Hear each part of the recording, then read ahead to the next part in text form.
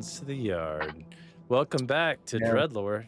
We're playing some emulsive role-playing game. But, I mean, you know. I can save you, but there is no charge. We do this every Monday at exactly 7. Exactly 7 Eastern time. We're always ready.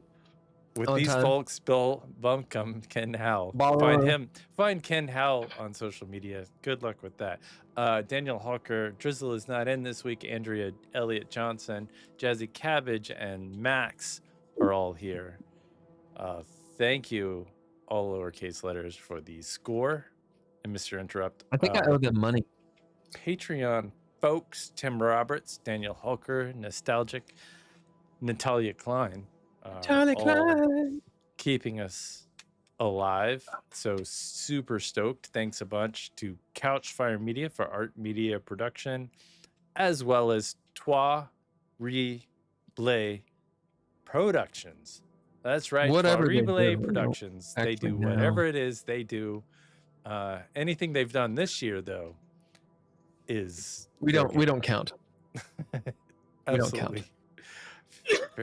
Fair game. Who's Brought to you by Bronchitis. Who is our sponsor again tonight, Hulker? Our sponsor is Utensils. Thank you, Utensils. You keep us out of the dirt. Okay. So, where do we stand, Jazzy? All right. So, you might be able to help me kind of narrow down a couple of things. I'm basically what I'm wanting to do is the sin of color. So the thing you said about being like a soothsayer, drinking the alchemical creations to see. Yep. Yeah. So what I want to do is I want to be able to like quick. I saw a skill in there about like quick making. Essentially, I want to make like explosives and other things like quick. You said you weren't doing therapy, and now you're doing therapy. I looked into it after you didn't give me enough time. The things are moving very fast. I didn't give you enough time. I didn't. It's true. It's true. For everyone that's watching, I actually did not give them much time. It was like 2 hours. Okay, here's the thing. Do you want to play tonight? Let's play. I think it's good enough. Well, I mean, I'm just going to improvise. I can explain it to you, but do it. But what will happen is I'll explain it to you. You'll make the character, and then you'll have an hour. I say we just send it. I just have a general framework. I was just making sure that it was possible. It is absolutely possible. Yes. So just take the abilities, upgrade them, absolutely upgrade them. Anytime you do any of these things that are magical or theurgic or whatever, you're going to be rolling a chaos die.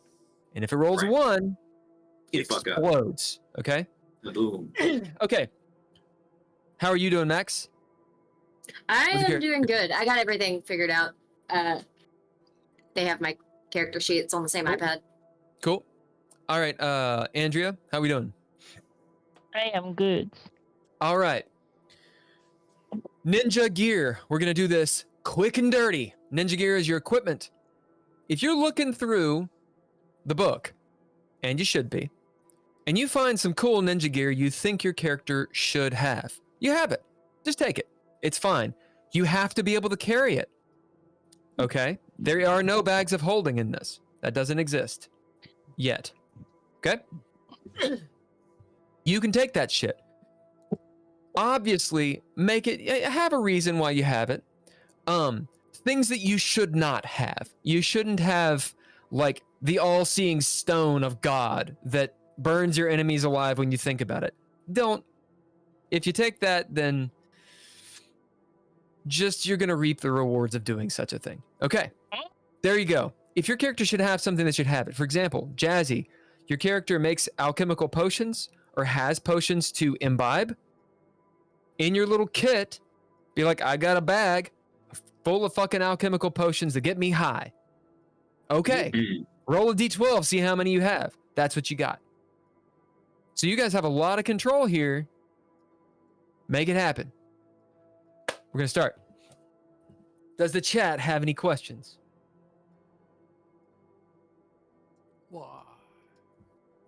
Got to wait like 15 seconds to see if they do. No. Yeah. I'm drinking old fashions. We're going to get hairy tonight. DreadLore is for everyone. DreadLore is for everyone. Harry Bunkum got a narrative point from DJ NoFly. Adjectives were celebrated. And I think all of Harry Bunkum's notes are probably not helpful. Oh no, they're all helpful. You should pay attention to them. No, not helpful in the sense that they're not constructive. They may be deconstructive. And I feel like I imbibe that in my own little world of nonsense that I live in too. Yeah, indeed. We All want right. we want to do the negatives before the positive, or maybe it's just me and I'm reading too much into it. I think Harry Bunkum is probably just fine.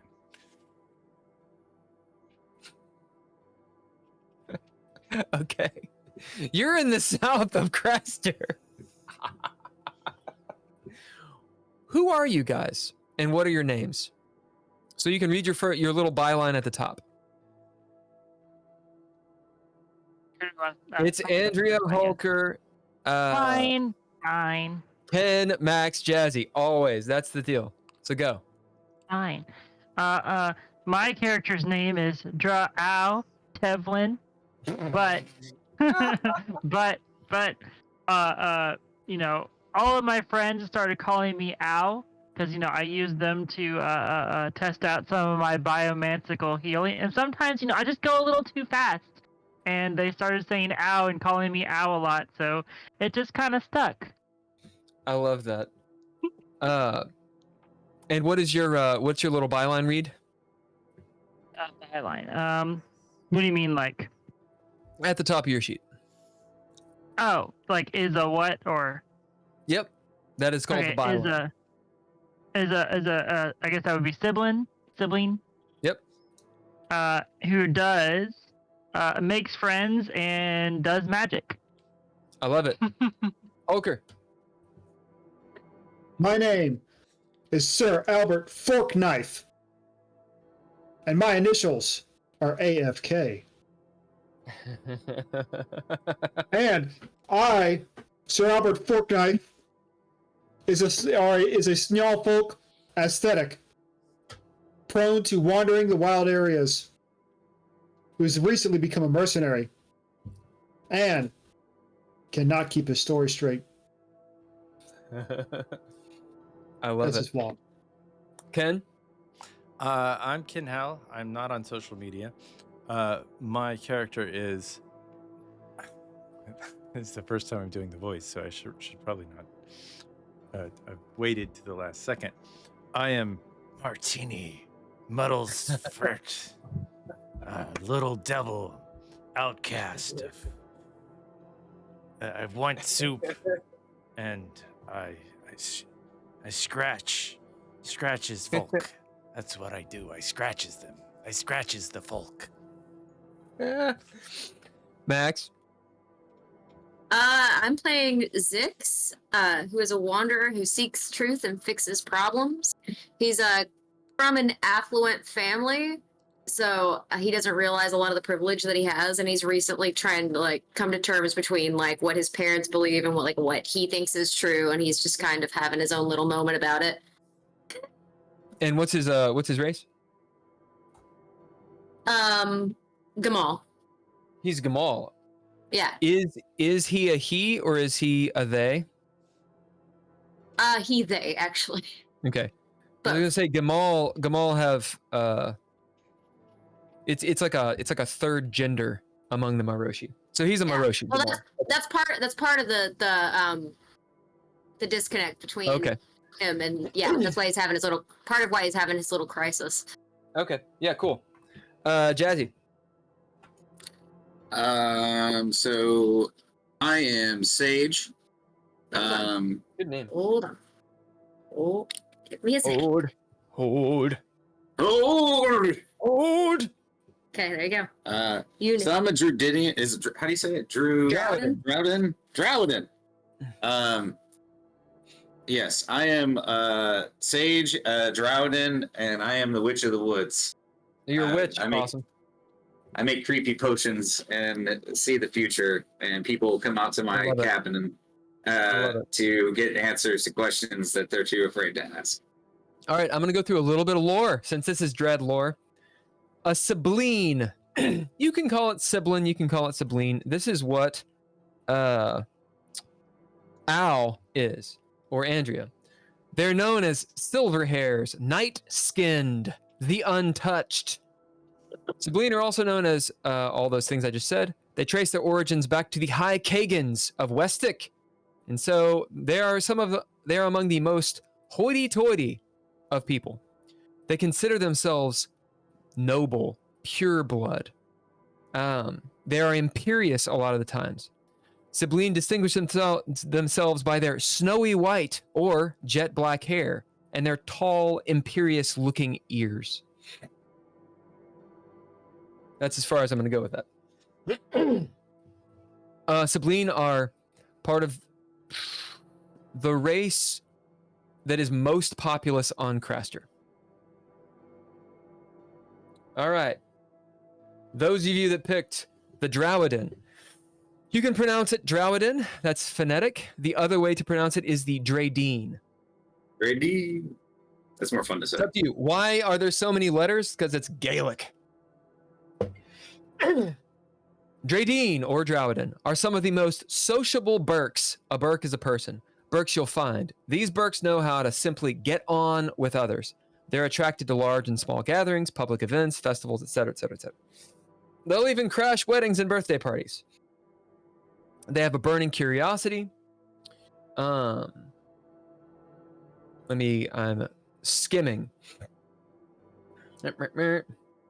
Dreadine stand an average of around 4 feet tall. By the way. Just a little guy. They're as slight as their cousins, the Ardavak, an entire race that's skinny enough to make you wonder if a strong wind will carry them off. Despite their short stature, they can be as strong as any other Burk. Dreadine often straighten their hair and style it pragmatically, or they weave it into dreadlocks. They'll wear all sorts of clothing and fashions, usually whatever's in style. If left to their own devices, pardon the pun, because they're really into devices, they stick to close-fitting workers' clothes that don't impede their tinkering with machines. So that is a Dreadine. In my case, making potions. I'll actually read something about the Sibling really quick. This is about the Sibling. A particularly revolting form of punishment for them is that's kept off the record is to clip the point off of their ears. Thus the term a top cut flat ear. So if you see if you see a Sibling or a Denna is their actual race and they have cut ears, that means they're usually a fugitive or they've done some horrible wrong. I will describe them real fast. Just a second song. All right. Talking about Denna, this is what Andrea's character is. Her actual race is Denna. Her sort is Sibling. Though the division betwixt the sorts of Denna isn't as profound as many other races, the Silta and the Sibling fight amongst each other all the time. Basically, the Sibling are the rulers and the Silta are not.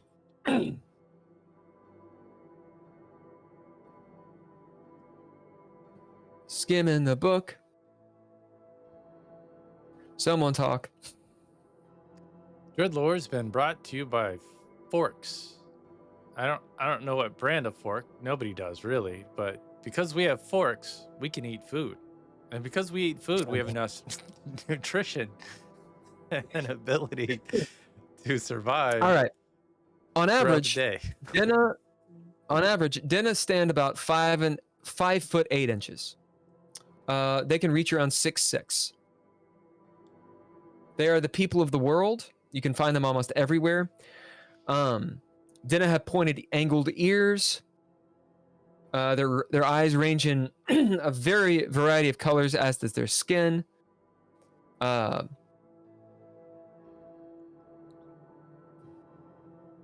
and then it just kind of goes from there. Denna routinely dye and dress their hair in elaborate styles, from headdresses to the diverse-looking hair of the other races.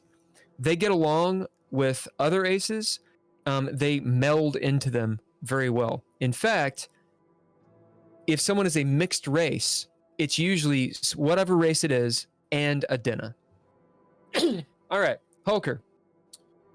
Your character is a Dredine. We've already done that, as we have with Jazzy. Let's do Zunths really quick. Small, fierce, territorial. The Zunths are proud humanoid creatures with a reptilian bent. Progeny, which is all of you, you're all called progeny. Refer to them as scaled or scales, fanged folk, snake folk interchangeably. A Zunth stands around 6'6", and some reaches the height of 8 feet. My character is 8 feet tall. Zunths have pronounced jaws with rows of aggressive-looking teeth to match. They have tough skins covered in patterns of scales with different hues of green and silver, all covering their bodies. Specifically, the Ophidian. We're water people. Grew up by rivers. A little bit warlike. Yep. I think that's all I got. You got more. The Ophidians make up most of the Zunth's military force. I can't speak right now. Force. They have a clannish behavior, usually. They have prehensile tails. Their scales are more like that of a snake, so they're wet-looking. Whereas the Buteau, the other form of Zunths, are more like dragon-looking. They have drier scales. And they don't have tails. All right, I think that's everyone. Yeah? Oh, Gamal. How appropriate that I would miss the Gamal. So, the Myroshi or the Miroshi. This is a race. Soon after venturing into the Expanse, which is off to the east, you might find the Aboriginal people, the Myroshi. The progeny have nicknamed them heathens or sauvage, which means savages. But despite whatever derogatory meaning those names have or meant, Myroshi freely refer to themselves using them and don't disparage their use in the slightest. Myroshi are not easily offended. It's because they have a lot of confidence. Myroshi look like undomesticated Denna from a distance. So they kind of look like what Andrea's character looked like from a distance. However, up close, you'll discover your mistake. They've thick, ropey hair that ranges in shades of red to black that shines purple under direct light. Their limbs are long and sinewy, and their eyes still possess a wildness, a feral glint that's been lost in the other races. Myroshi have umber-colored skin whose shades vary wildly from light browns and grays to ruddy oranges and reds.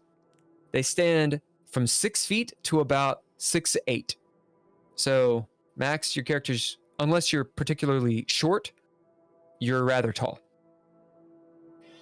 Your limbs are slightly longer in proportion to your body than it would be for a Denna or a Schnallfolk. They live a really long time, but we'll get into that later. The Gamal. Gamal are a third quasi-caste who's seen as separate but elevated within the Myroshi society. They are spiritual leaders, thought as progenies and shaman. From a young age, Gamal apply a blue dye to their skin in order to stain it and serve as a symbol of their separate status. So, Max, you're going to have to decide if Zex did that or not. Did you dye your skin or not? It's up to you.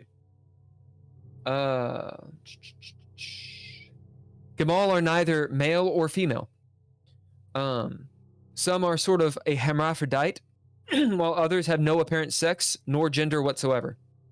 It's rare, if not completely impossible, for a Gamal to reproduce. So it says, so basically it is possible, but it is incredibly rare. There's approximately 1 Gamal for every 100 Myroshi. All right. That's what we got for the races. So, all of you all, down in the south, you're in a kingdom.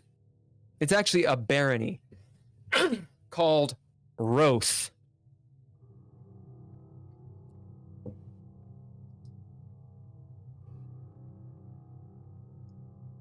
In the event that you want to follow along, it's on the DreadLore core book page 320. 320. That is chapter 8. That's where the map is. So in the south, the southern kingdom, or the southern empire, is called Azraelia. Think of Persia in the Spartan times. That kind of it's that kind of culture. To your east is the Miri Expanse, where the Myroshi are from. It's also just called the Expanse. Vast desert, very, very far away is where their settlements would be. So you're nowhere near that. You're on this side of what's called the Wall, which is actually a mountain range. To the east is a desolate and foreboding desert. It is known as the Belly.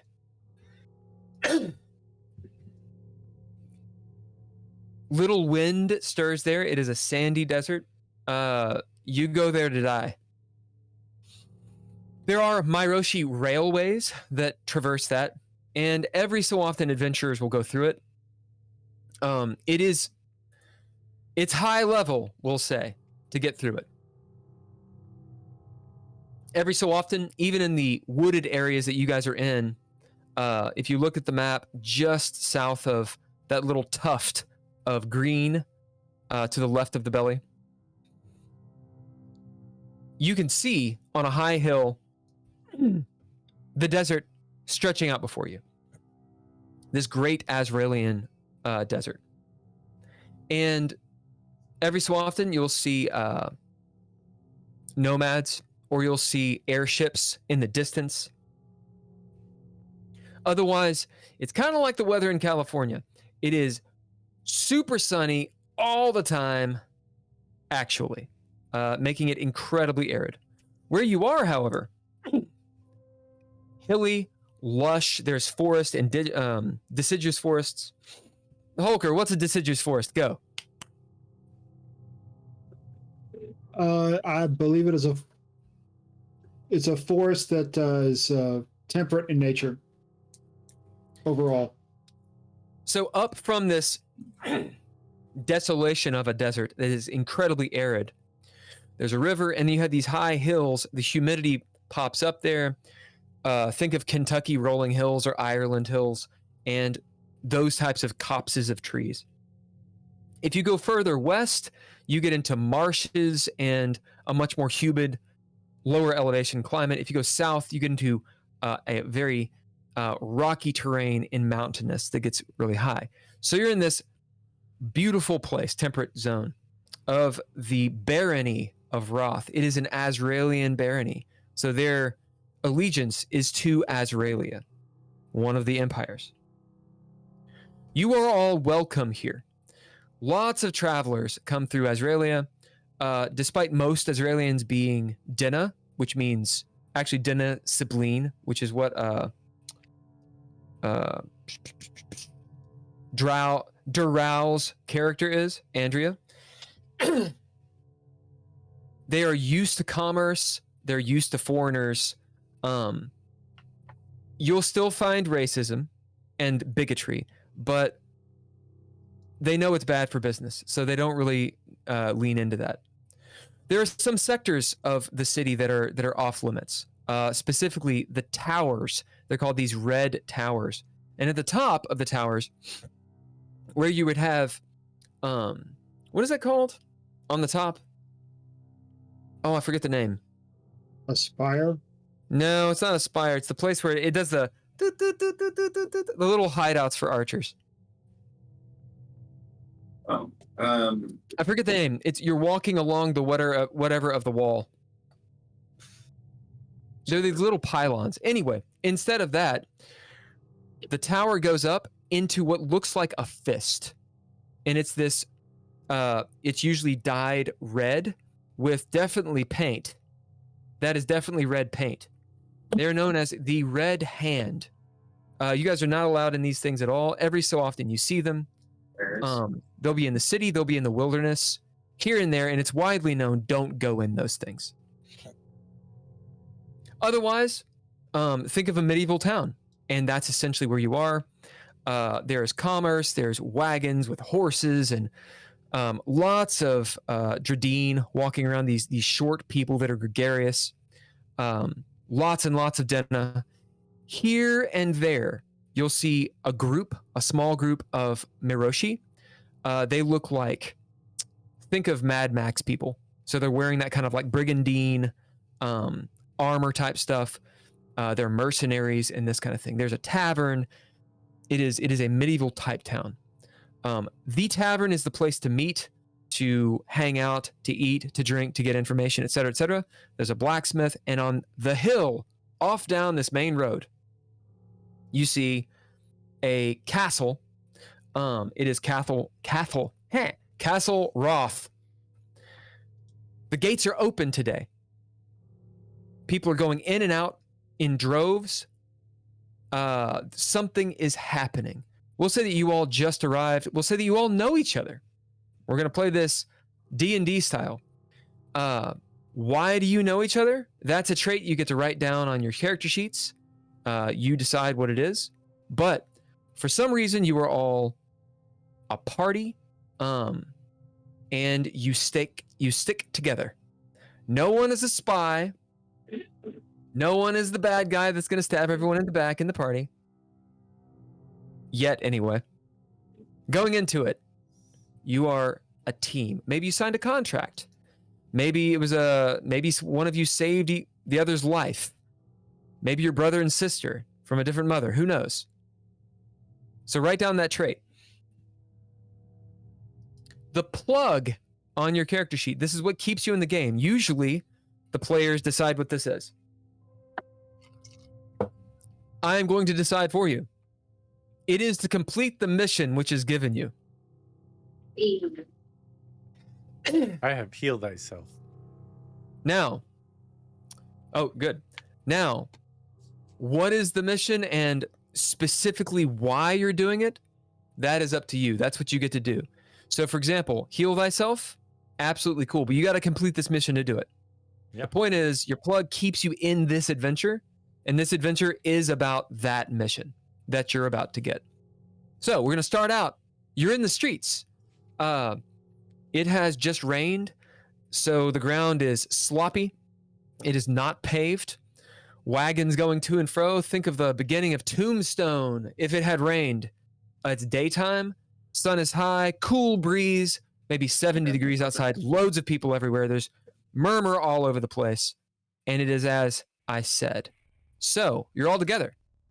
We'll say you walked here. You camped outside of the city, maybe 5 miles, and the gates were closed because it was nighttime. In the morning, you made the trek. It's early morning, maybe 9 a.m. when you arrive. The action is on you. I will start with Ken. Your character, Martini. Martini, as you're the first in, you walk up. You notice, your boots are covered in, or your claws are covered in this mud. It's wet. Maybe it feels good. Your party's behind you. What are you doing? It seems like it's busy today, guys. I love it that it's rained. It feels so good on my scales. I thank you all for joining me today. I was kind of afraid that you weren't going to be my friends, but thank you for being my friends. Good morning. And I'll look to Jazzy Cabbage's character, which I don't remember Sage. And say, yeah, I think that the thing you said to me about cultural healing really helped. Really good. Glad to see that you're using some positive affirmations to get yourself through the day. We're here for you though, and I'm gonna awkwardly pat you on the shoulder because aren't you a lot taller than me? Yeah, I'm 8 feet tall. But I just pat your shoulder. I'm gonna take my hands and lift you up so that you can pat him on the shoulder. You're just okay. You know, you've got such a big heart from such a small little guy there. Martini, you are really tall. Are you bent over though? Because you have a tail. I'm hunched. You got a tail. I'm very awkward. And honestly, I'm trying to be as small as possible. But it's not happening. Yeah, so the Ophidians, if they were to stand up straight, they'd be 8 feet. But because they have a tail, because their spines are rather long, they walk upright, but they're kind of hunched over. Think of like a lizard man is essentially what it does. Sure. So he's still tall as fuck. I'm going to encourage the players, try something out here. Since Ken has started doing it, use a voice. Doesn't matter what voice, but it will distinguish your in-game and out-of-game persona. It'll be uncomfortable at first, but it's okay. I do voices all the time. They're terrible. Drizzle does the same voice all the time. It's fine. Try something new. People moving back. Go on. Why are we gathered here today? I think there's a big event inside the castle, but I kept asking all the people. They just wouldn't tell me. I really tried hard to be their friends, but they just wouldn't let me be their friends. I wish they would let me be their friends. You notice some of the guards looking. Coming in a little hot, Bubba. Oh yeah, Mr. Martini. I forget. Zix is gonna pipe in and say, you just have to have more confidence and less words. That's a good idea. At this moment, Owl will actually walk on your whatever side is not Jazzy is not on, and grab your arm. It's all right. I'll help you make friends. I'm really good at making friends. Good. Mr. Martini. And I'll make sure that all my friends are your friends, okay? Why are we all the most positive motherfuckers out here? Because we do not know what awaits us. Mr. Martini, if I can make friends with how I smell, and I assure you, you can smell me because you're a lizard, then you, sir, can also make friends among non-scaly people, you know? You smell like salty meat. I like it. Listen here, Critter. I could whip you up something real quick. That'd make you be everybody's friend. Stop. Oh my god. I love it. I love it. All right, all of you get an advancement. So since it's a one shot, you'll be gifted advancements a lot of times. That means you can increase proficiency, upgrade an ability, gain an ability, or gain a trait. You do not have to use it right now. You should use it today, though. Can I bid? If I can hear it, I can make it. Yes. And I because I heard Owl communicate to me. Ow. Yeah. Owl. Ow. In such a way, I'm going to respond to her. Oh, so this is how we talk right now. Oh, that's so wonderful. Thank you for the encouragement. I really appreciate it. You all see an Oh. 8-foot-tall lizard man speaking like a posh British person. Oh my gosh, you're gonna make so many friends this way. I'm telling you. So You this is must the have- way to do it. Thank you. You must have worked on your speech and your oration a lot, because every other lizard that I've met, he had a bit of a lisp from the forked tongue. I don't know what you got going on, but you should be commended. It takes a lot of effort. It's not natural to me. I feel like I have to bid for it.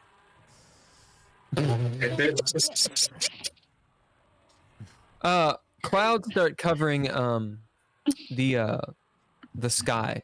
It seems like maybe the weather's changing. It's a slow thing, but you notice some clouds go over the sun, and shade is over the city right now. Whomever, so we're in the Dread right now because so I don't know you guys' names. Martini just bid. You guys can bid or throw down to see someone approaching you. You don't have to.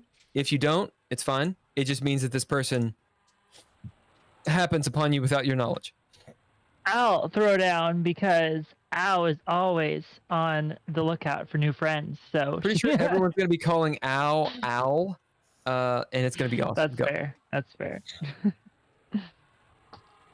Ooh, so that's a 10. So that's 2 successes. All right, so you get Flare, which, right now doesn't matter. But you can use it later. Owl, you notice a short person exits the tavern. Hey, what is the tavern called? The Bloody Knuckle. I like that. That's pretty good. You will get a narrative Yeah. point. One for you. And for whatever reason, I've got soup in my pocket. Because I've got containers. I want So I'm soup. just gonna some soup. I'm gonna hand him a soup because we're waiting in line and it's been a long time. I wasn't sure if you were talking about in character or for real. Thank you for You the notice, soup. Here, you notice this get you a tavern. snack, Crater, so you don't munch on one of us. You know this Wonder tavern. when it's or you notice this Go ahead. tavern. The sign is a fist that's bleeding. Says the Bloody Knuckle underneath it in Azraelian, if you can read that. And this person walks out. Al, it looks like they might be a Dreadine, similar to Sage or Sir Albert. As it's a slight person, bald head, rough white skin. Looks like this person has been in the, maybe at the farms or something. Perhaps they have like a skin disease. As it's kind of crusty skin, black eyes, coal black eyes, and just sinewy, like they've worked the fields. That said, as they approach, they have the bearing of a female. As this woman walks up to you, she's maybe 5 feet tall. She'll walk up directly to you, catching your eye. You notice in her hand, she has some papers that have seals, wax seals on them. Action is on you. Well, hello there. Are you the one who's given us our orders? Orders, everyone who's new in town gets one of these today. And she hands it out. I mean, I suppose I can disseminate all these amongst your compatriots. As she starts to hand you all these papers, but then fumbles, goes to a knee, and the papers go everywhere. Oh, here, let me help you. I'm so sorry. No, it's all Bit right. of a klutz. It's okay. can I'm a bit of a totally read klutz this. myself. And actually, Look. as I go down to help her, because Yeah, my you- grace is so low, I I feel like I probably should roll. I mean, Agree. if you say you need to roll, then I think you should. Yeah, I'm gonna say that. Yeah. Go ahead and throw down, or you can bid. Well, I'm intentionally setting myself up to probably fall. Okay, then you do fall. Yeah. What's Okay, one of your fair enough. flaws? Let's see. You get a new I got flaw. inex- It's clumsy. Okay. So I'm Clumsy, going I to like bid that, that yeah. flaw for you as you describe how you fall. As Al goes to help pick up the papers, she literally trips over her own foot, and sort of rolls on the ground, In the grabbing mud. a few of the papers as she goes. Yeah. and and holds them against her body as she rolls, and like she'll land flat on her back and she'll stick them up in the air. It's like, I got him. I'm gonna grab the one that has my name on it and just start like gnawing on it. Like I've got an aversion to the written word. I'm like, get this sin away from me. I'm eating I soup. pick it up and I read it, and it's being held. It's upside down. Yeah. I hold it upside down. It's obvious to anyone who can read. And I say, "Why, look at this, Mr. Martini. It says I'm your friend." I'm eating soup. Soup is good. I don't know how long the soup has been here, but I'm sure it's very It also tasty. says you can have soup too at the when we get Soup is inside. perfectly safe now. Listen. Soup is good. This woman who's lying still in the mud is attempting to help up Al. They are mud wrestling, is what it looks like. Falling over each other. Mud is going everywhere. There's a bit of a spectacle that's occurring. People are starting to like look and stop and point and laugh. It's I'm not in a going mean to. way. I'm It's more gonna like walk a- up and offer a hand to the messenger. She takes it. Thankfully. Thank you so much, sir. You are from the east, yeah? That's correct. Well, I don't mean to intrude. And she looks through these papers. Can you read this? I know the Sauvage have, well, I don't know. I'm gonna pick it up and try to read it. Do you read Azraelian?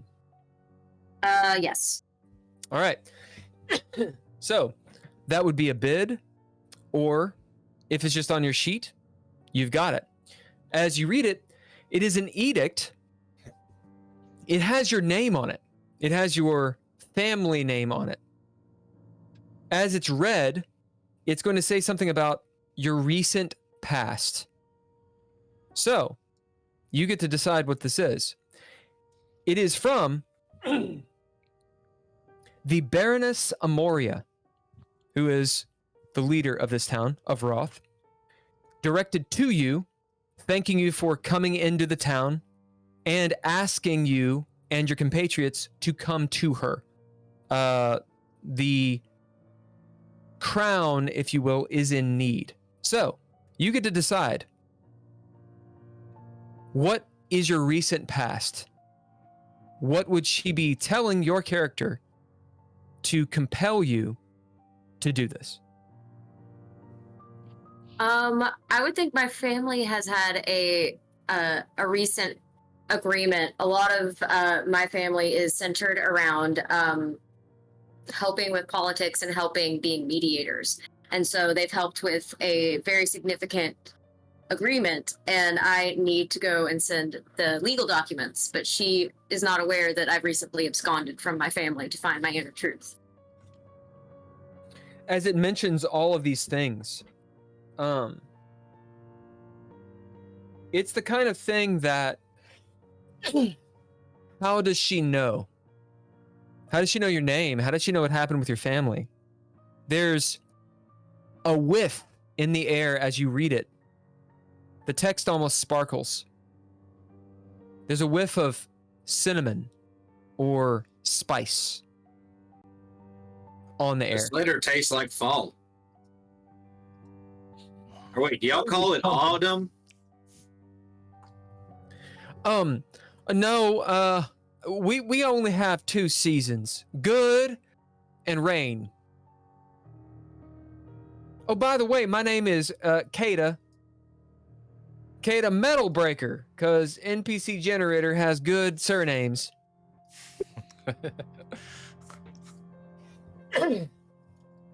Sorry, I've got a little bit of the sickness, as you notice that she is completely bald with some scales, like just dry skin on the crown of her head.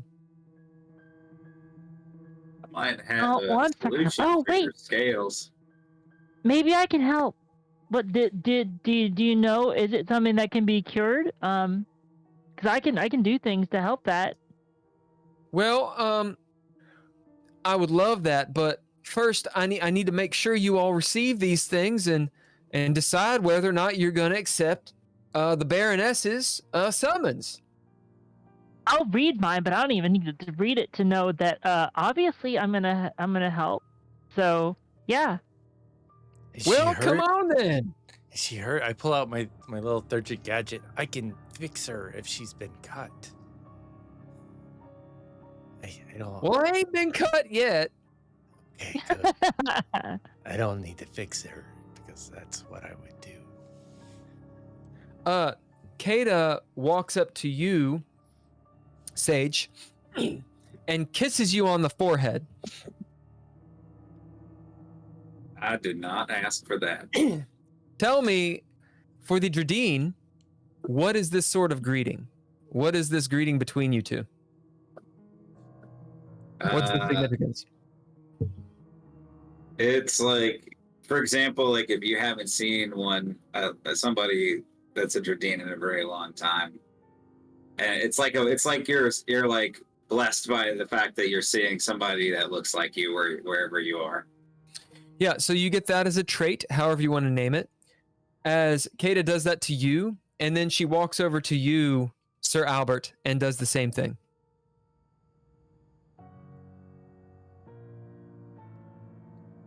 You two will know this tradition. So, Albert, you get the trait as well. Whatever you want to name it. To the rest of you, she just kisses them on the forehead. It's boundaries. You got to keep your boundaries. You're not allowed. I tried to lick people. Oh. They don't like it. I got an idea. I feel like it's kind of like sounds poetic. Call it like friendship of the far flung. Ooh, that's really nice. That's really good.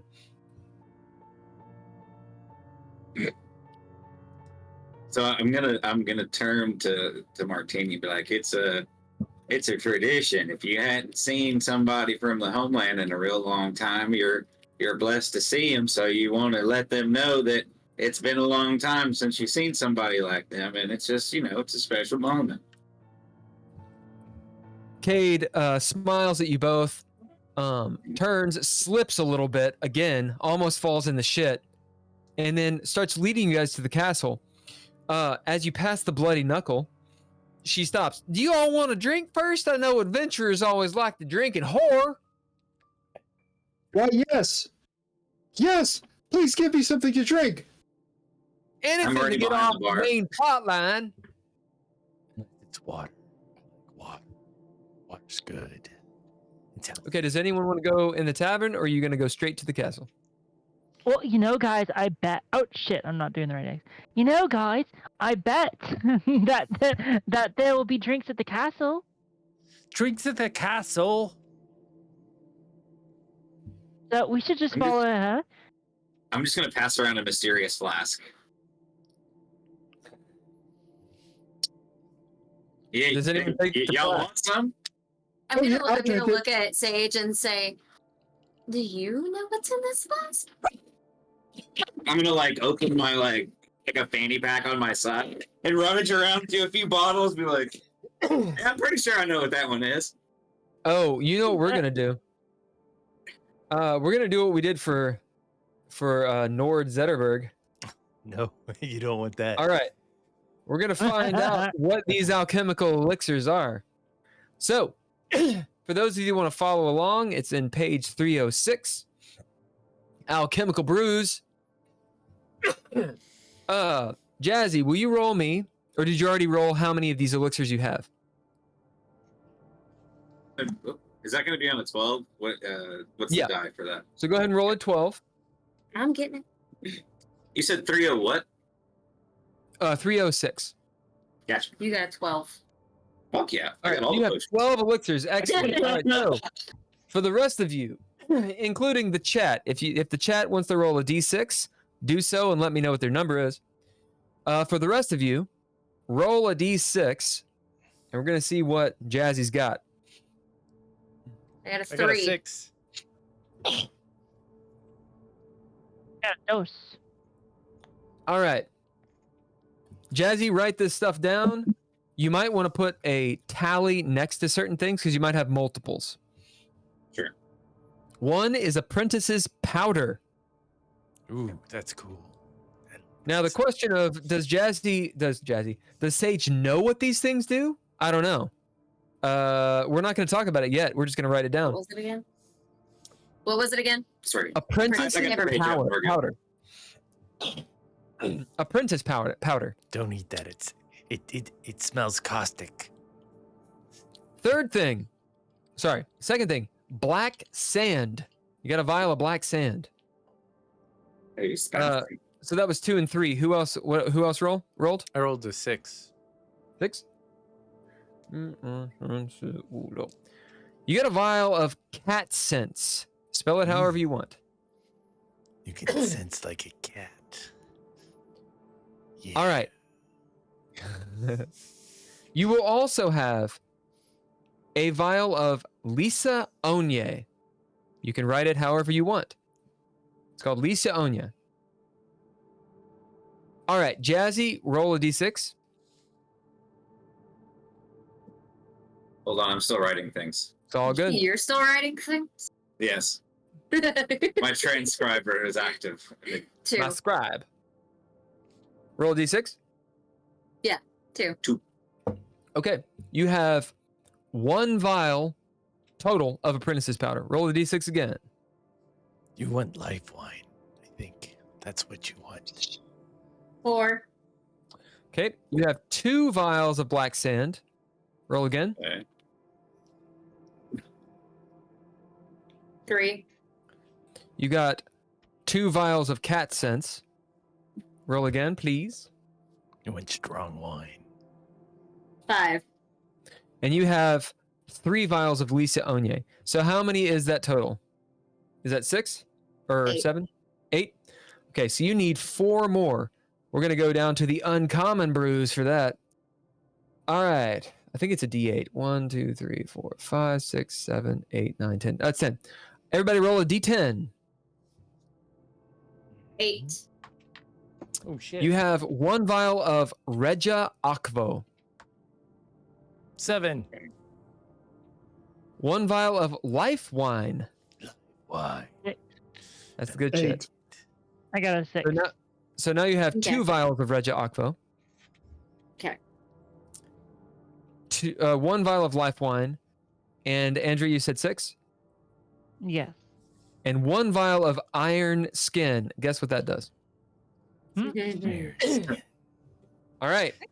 Now you guys have a book, so you can look that up as you will.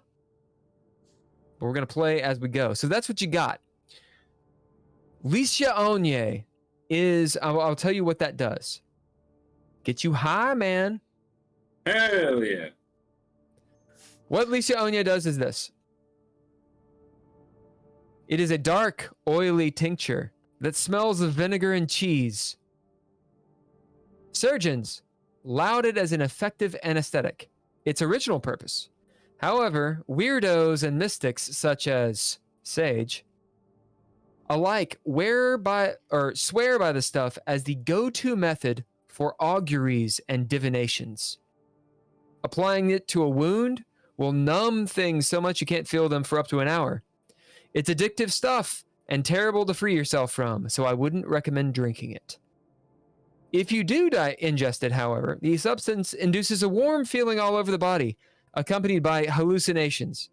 Some Zens say these visions are more than mere phantoms of the mind, but are truths and premonitions, while others say it's not. So Licia Onye is your good. Lisa makes you onye. You'll get a pip. That's pretty funny. It's okay. All right, as Kada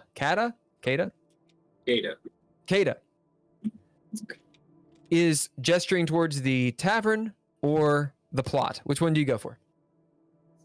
Both are the plot, by the way. The plot, I say. Straight for the castle. Yeah. There is shit in the tavern, otherwise it wouldn't be there, by the way. There's shit everywhere. Shit I was is gonna everywhere. say, man, I don't know. Most of y'all want to go to the castle. I do That have is not his my accent. flat. That's not his accent. I want to go by the soup. You got more soup. That's all out of game. I was just thinking out loud, honestly, and I didn't realize I was talking. Well, So, I reckon we should go to the castle then. I can give you all a drink before we get there, but Well, I suppose we could go there, unless you all have anything else you need to do. I don't know how long it'll take going into the castle. Once you go, it might be a while. I say we wander into the castle. Oh, well, let's go. As Kada starts marching through the muck that way. I love this muck. Muck. Yeah. Oh, fuck, I love muck.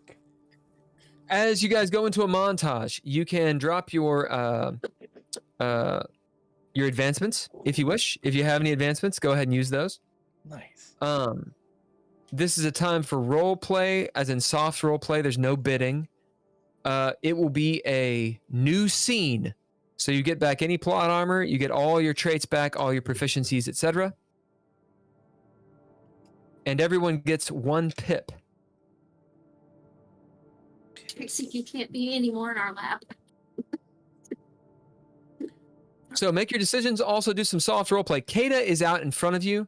So it seems like she's busy. She'll talk to some people here and there, some guards. As you get closer and closer to the castle, it seems the guards are more on edge, especially about visitors. There are lines that are formed. But you guys, having met Kada, somehow she's able to move to the front of the line. You all are not waiting in line. Imagine going to the airport and you have diplomatic status. The feeling starts coming that somehow they knew about you all. As you look at your Baron summons, they knew who you were.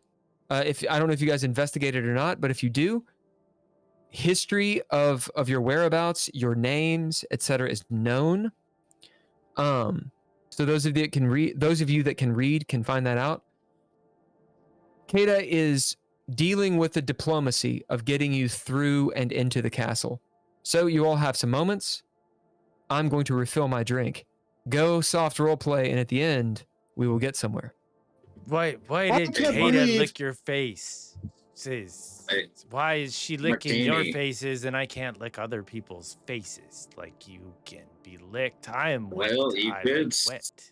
you could start a cultural phenomenon. I'm gonna Create lick. I'm gonna lick your face. Damn.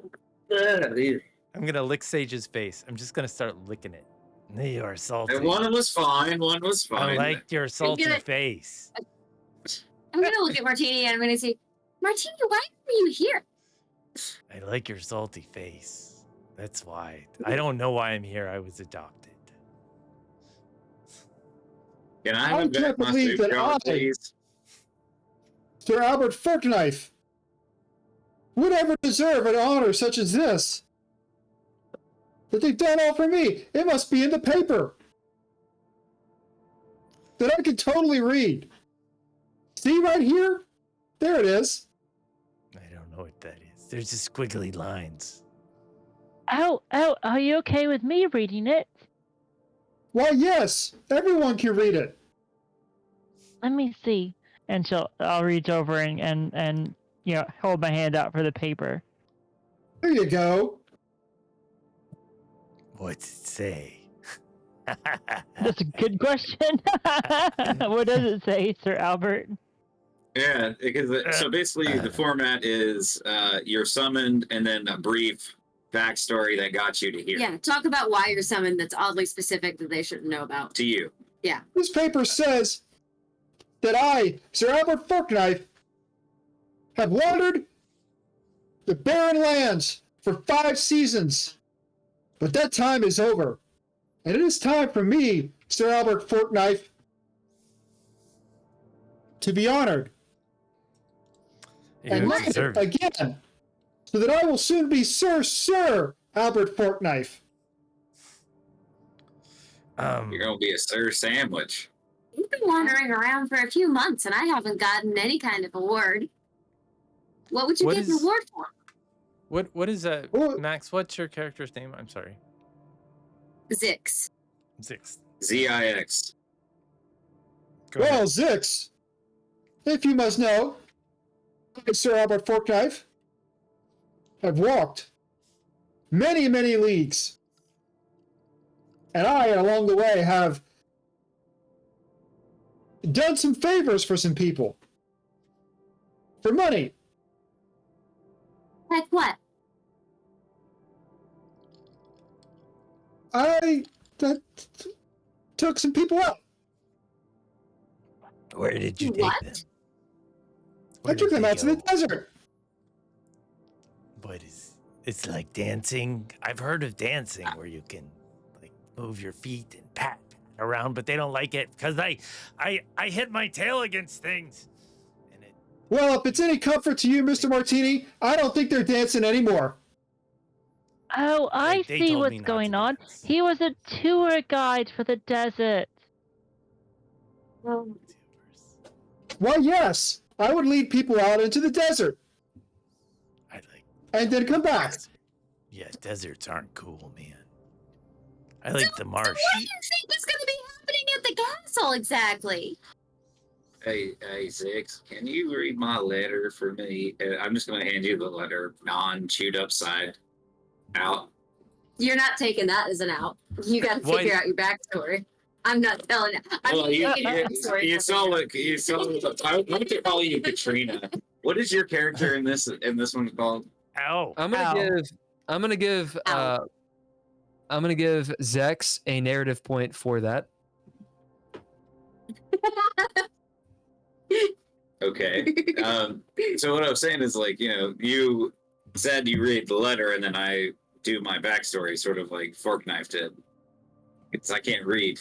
I Yeah, chopped the but you word. did. I literally ate the letter mostly. So it's probably like a little bit jagged on one side. I fixed it. Also, for people who can read, you probably know by now that I totally can't read. Okay. So So what is your letter actually say? Like, did it actually say what you said, or was it something different? What are these letters? Yeah. We have yeah, to the make that up onus for is ourselves. on you all to decide. That's the whole point. Instead of being I'm the DM, I'm the arbiter, and I make up everything. I'm saying you have to decide. I My think family Sir was Albert involved in a Forkknife- peace agreement that this city is obligated to sign. So that's why I'm going there. I love it. Now, Jazzy, I feel the pain. So let's get some help. So it's got to be a player origination. Let's have the players give you some ideas that you can use, right? So Well, I what was does just the trying to letter get say? the activations. I was just trying to get, since I couldn't read, I handed the letter off to somebody to start reading aloud, and then I was going to start talking. Oh, I love it. But Yeah, do it. yeah, I think So the letter who's going to read says, that letter? that the queen requires like maybe an expert forensics or someone who's good at chemicals and like that sort of thing to be involved in this quest. Like they need to kind of be able to see beyond the reality, kind of.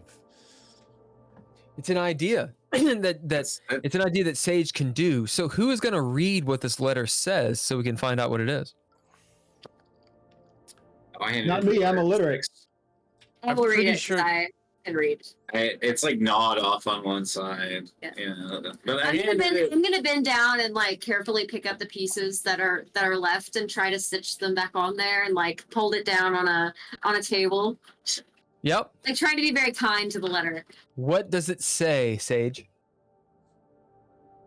It says that the queen has used my weirdo powers in the past in secret, but now that she is willing to let me operate in the daylight because I've been proven to succeed in such matters. Also, somebody needs the poison. I think my letter says there's soup available for all those who have some ability to, and it's just stamps. It's written in Orphidian, and it's just little different paw prints on a piece of paper. And it's basically there's soup for those who are tough. It's like a rebus. Yeah. You know what I'm talking about? No. I like that. All right. So Jazzy, you will get a narrative point because you actually tapped in to how the Baroness knows about you all. As Zex starts, is it Zex or Zix? Zix. Like six, Zix. but with a Z. As Zix starts reading your letter, you smell the scent of cinnamon. And you know what this is. It is when magica or mysticism is performed, there's oftentimes an otherworldly scent. Other people usually can't smell it. Maybe they feel it, maybe they see it, but you recognize it. The scent of mysticism. Obviously, the Baroness has used mysticism, has some sort of access to soothsaying, and that's how they know. So I'm gonna bid my one of my trades classically trained. Yep. To also know this because I literally just got out of like wizard school or magic school. Yeah. So that is totally cool. As maybe you get a whiff as well, and you know this is mysticism. You know it's not magica. I will also say, I will say it. Oh, god damn, I'll say it. Al, wizard is a bad word. Mage? I don't know. Mage. Yeah. Calling someone a college. wizard is saying that they're nefarious in their magica practices. You're not a wizard, Harry. You're a mage. Mage. But yeah, I just kind of imagine the queen like having an honor guard bringing her out to my hut, and we just get high as fuck in my hut trying to figure out what's going to happen next. The fucking hut. I know. You got that the witch hut on the mountain? Yeah. Everybody knows you go there and you get high. You need an answer. You don't have the question. You just come up to the hut and we'll drink some of the goo. Listen, we did mountain parties even in Southern Baptist College. You'll drink the goo, will you? All right. Yeah. As you go through the gates of the castle, you see a castle. There's a courtyard and all these things. They lead you to the Great Hall. As you all follow. Covered in mud. As you get to the sort of antechamber, that may not be the right word, of the Great Hall. Antechamber is not the right word. It's like the foyer, the waiting room.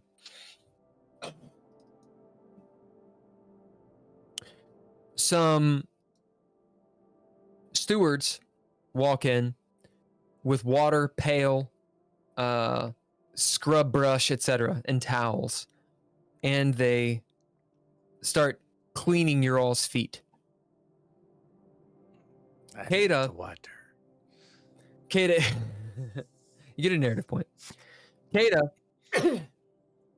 is there kind of facilitating in her clumsy way. People are treating you all like you matter. Now, I will give you all a trait. You get to decide what it is. Do you matter? Is that why they're treating you this way? Do you expect Zix is this? from an affluent family, so they are very you get used a new to trait. that. You get a new trait, right? Yeah. So what is that trait? Is it something that you're not expecting? Is it something you're expecting? So think about it Yeah, just for a moment. My And trait is we'll start guarded with- for gifts. We'll start with Max. Sorry. What is Zix's affect about all of this? And we'll go through everyone as they're watching you all. Zix is kind of feeling some inner conflict because in coming to this castle, they're like fulfilling their family's requests, despite all this inner conflict. But it's very, very much expected. It's expected of Zix to be a peacemaker. So this whole idea of people paying attention to them is not abnormal. So, what does it look like in the story? What does he do? And maybe make a bid. How does this scene play out? What does everyone else see? And I'm going to ask this for everyone, so be thinking.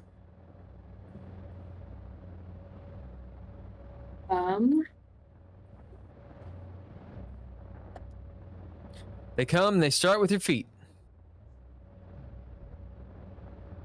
Zix is going to just very comfortably sit back. Are we standing or are we seated? It's up to you. Zix is going to sit down. This is not abnormal to him.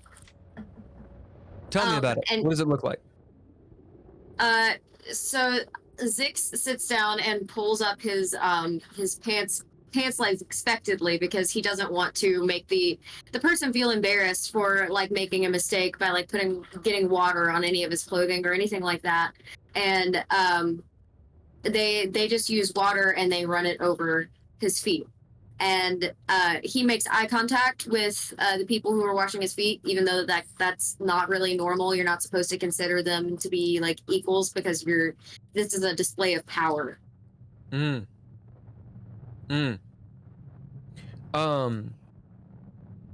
What are your all's names? Owl, you will specifically note this. We'll say. What is one of your flaws, Owl? Inexperience, I don't know. Yeah. Is that the only flaw you have? No, I have a few. I have Where are they? Mark, and, clumsy, and more money than sense.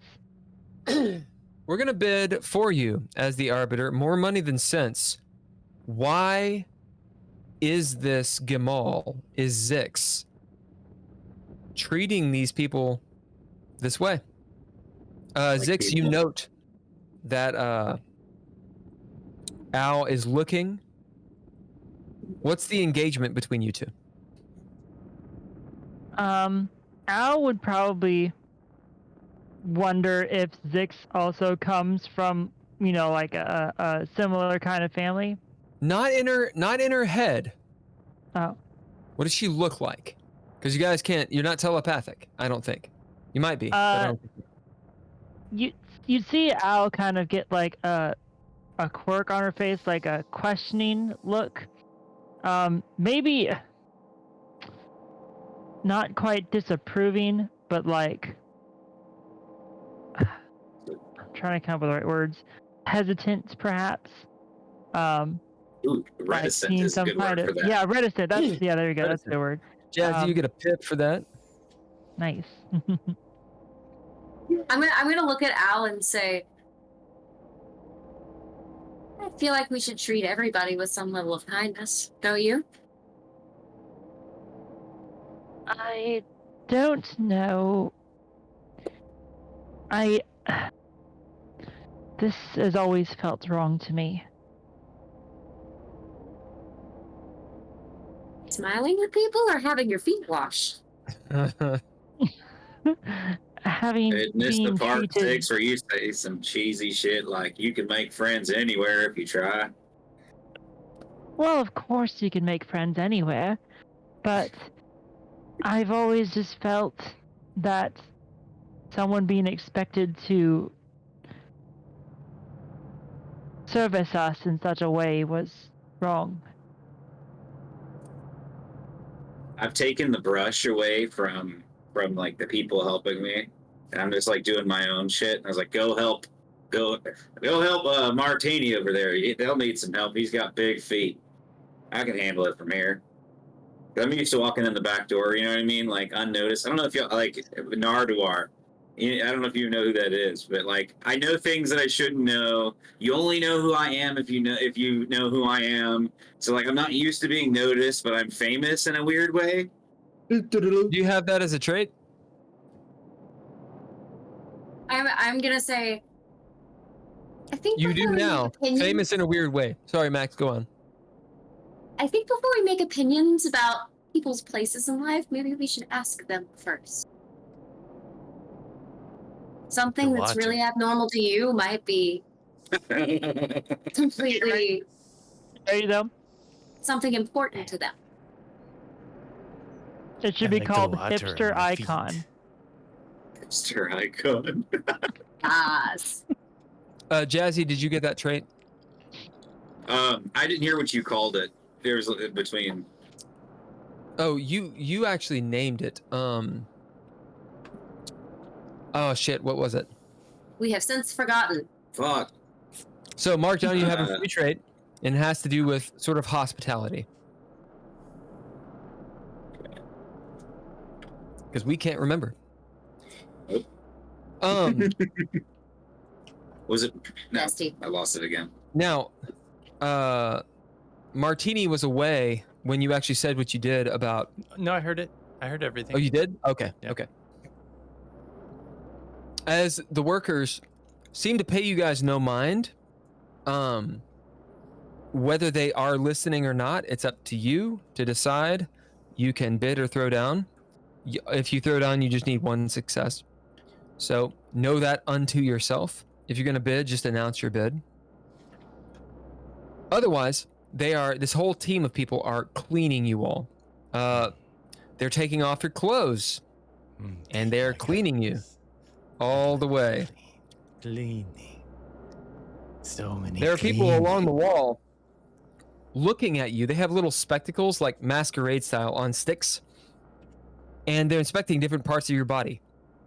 I'm gonna bid my new trait that you gave me, friendship with water, to accept the cleansing. You note that Martini steps out, arms and legs wide. This enormous person, lanky with the tail stretched out, erect. As they get in there and they clean the colloquia, man, they go in there. Cochlea? Is that what it is, Coker?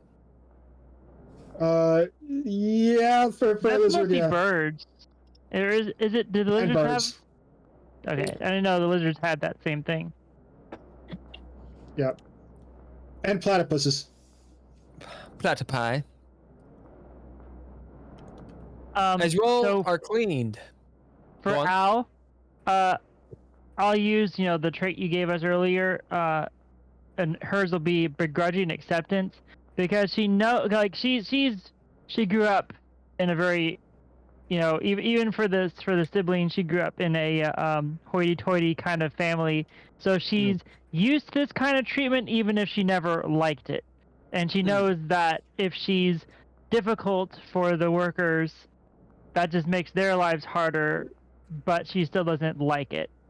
All right, you get a pip for using the word hoity-toity, because that is a DreadLore word.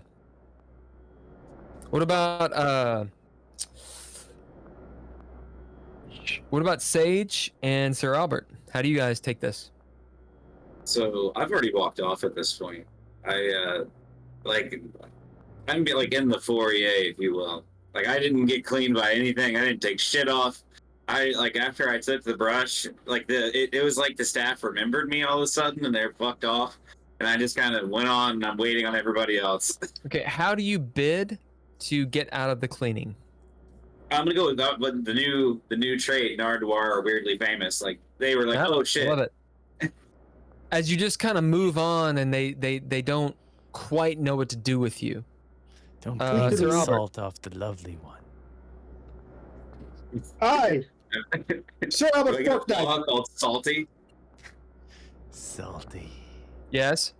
I, Sir Albert Forknife, born of the union between the House of Fork and the House of Knife, and betrothed to the firstborn lady of the House Spatula, accept this cleaning. They rub you down. They clean in between. They get the creases. They get the creases. It is long overdue. Welcome of someone of my stature, You Sir get Albert Forknife. you get a pip, Jazzy, because that was funny. As they finish, and you are led in, clean as a whistle. Kata does not follow. She stays in this foyer, for she has not been cleaned. As you move into this great hall, clean as a whistle, save for Sage, who is pretty dirty. But it's like that general level of crust that, like, when you're around me, you just get used to the smell, so it doesn't stink. You know, It's permader. Yeah, You know, don't if you stay dirty stink. for so long, it actually embeds in your skin. It's permader. You are a good tasting soup person. Good soup. What are your flaws, Martini? I only have one flaw, and that's innocence. Okay, we're gonna have another flaw for you, since you think that people are tasty. Oh no. What is that flaw? well, you specifically think your iron tastes Yeah. salty. Driven to lick. I'm gonna bid driven to lick for you. What do you lick? Like who do I lick or what do I lick? Leaving it well, up to I you. mean, I you know, being clean and I feel overly comfortable because they've given me the wonderfulness of water. I feel like I should give them water too, and I will lick the person that is cleaning me, and it's like in return Describe that.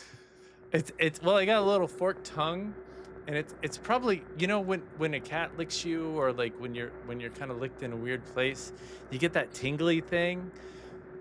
So like It's a reciprocal lick.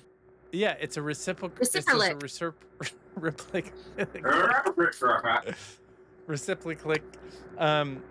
Where do you and- reciprocate them? And I lick them in a way that could potentially stun them. Yeah. And Describe maybe that. they just describe that scene. they just get that tingly all over their body, and they like. Where do you kinda cringe. lick them? Where do you lick them, Martini? I Right lick on them the behind forehead. the ear, like right here, like just in this little. It's a very personal spot, but it's extra salty. Stop! Or potentially an armpit. Like I might go for an armpit. Because Do you they- have a really long It's our tongue? cat. Yeah, it's pretty long. I mean, I would say it's like 6 to 8 inches. As the sport tongue just goes Jesus. ha, ha, over Kata, and she's like, huh, and kind of stays in that position for a while as you guys move into the main chamber. We will montage. You are now in the montage. You regain your traits. It's a new scene and all these things. Although you don't necessarily gain the traits with a montage, but you will with this one. So if you have any advancement, you can spend them. Ooh, montage. Remember your goals. You guys should have goals. Got the Many, many goals. Think upon your goals. As you look and you see a dais, several stairs. There's something Top, there are two large chairs. You note, while there are crowns on their head, they are not the crowns of a king or a queen. They are the sort of laurels of a baroness and a baron. All the insignia are such. They are barons or baronesses. They are not royalty. Now, so you all are aware, you may or may not be, a baron is the lord or lady of a swath of land that's a border land, versus a count or a countess who is the lord or the lady of a swath of land that is not a border land. The difference being borders are against enemies. So a baron is above a count. Why? Because they have more responsibility. So, in the DreadLore universe, they're called barons. Because I like the word baron. In the real world, they're called marquis and marquise. Okay? Or marchess. That doesn't matter. For our purposes, the point is they are on a borderland. They're important people, but they're not royalty. You see, Baroness Amoria. She is regal, although not actually. She is beautiful. She has dyed blue hair. Is aesthetically pleasing. and a purplish lipstick, aquiline nose, pale in complexion and such, and has this gown that's all Egyptian and shit. Next to her, her lower, you see her husband or partner in a lower chair. So Baroness Amoria is the person in charge. Baron Von Duke. A little bit lazy of a name, but that's what he's called. So is his name Baron? He is much older than the Baroness. Not particularly scowling, but he is look wizened and like he's been in the desert for a while. He has cool eyes that gaze at you from afar, it seems. It seems like he has plans and schemes behind those eyes. The Baroness, however, seems distraught, although she is strong, as you are beckoned forward. In front of the stairway, so beneath the dais, you see a knight in full plate armor. He has the bearing of, well, a knight in full plate armor. His visor is up, his armaments are sheathed and such, but he stands there like a king's guard, if you will. A great man. You note, he is Myroshi. He stands around 6.5 feet tall. His braids come out of his helmet, down his chest. Zix, you will note, he probably is of the Orath class, or the Orath caste.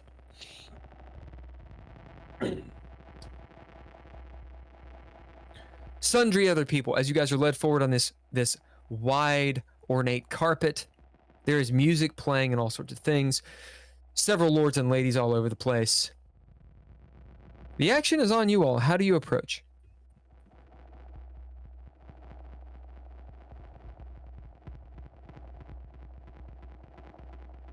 So are we ultimately being led to the Baron that invited us, or To the Baroness. Baroness? I meant, sorry. So like, are we there, or are we like in like a holding area? No, you're being led in the Great Hall to them. I'm simply acting moving is on you. forward because I've never known anything to go wrong in my entire life. I'm like walking out ahead of our guy. Like I know where we're going. Yeah. You actually have no guide. Kata laid back because she is unclean or hasn't been washed. It seems like out in front is Sage.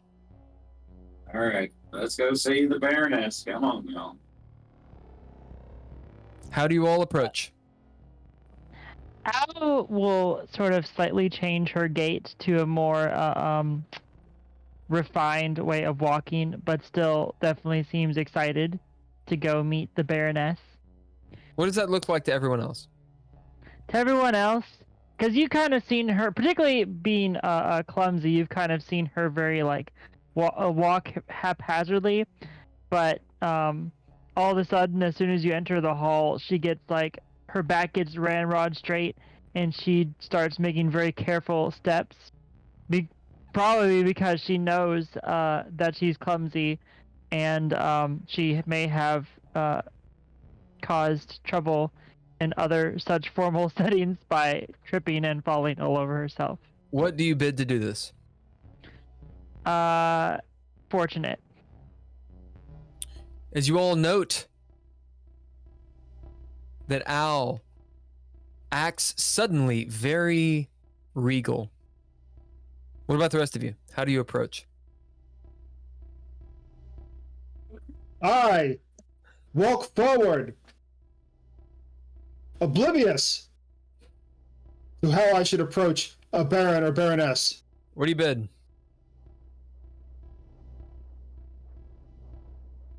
I bid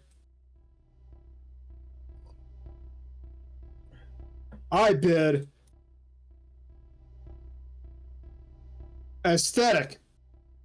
We're going to say, I'm going to give you a new trait. It is Don Quixote.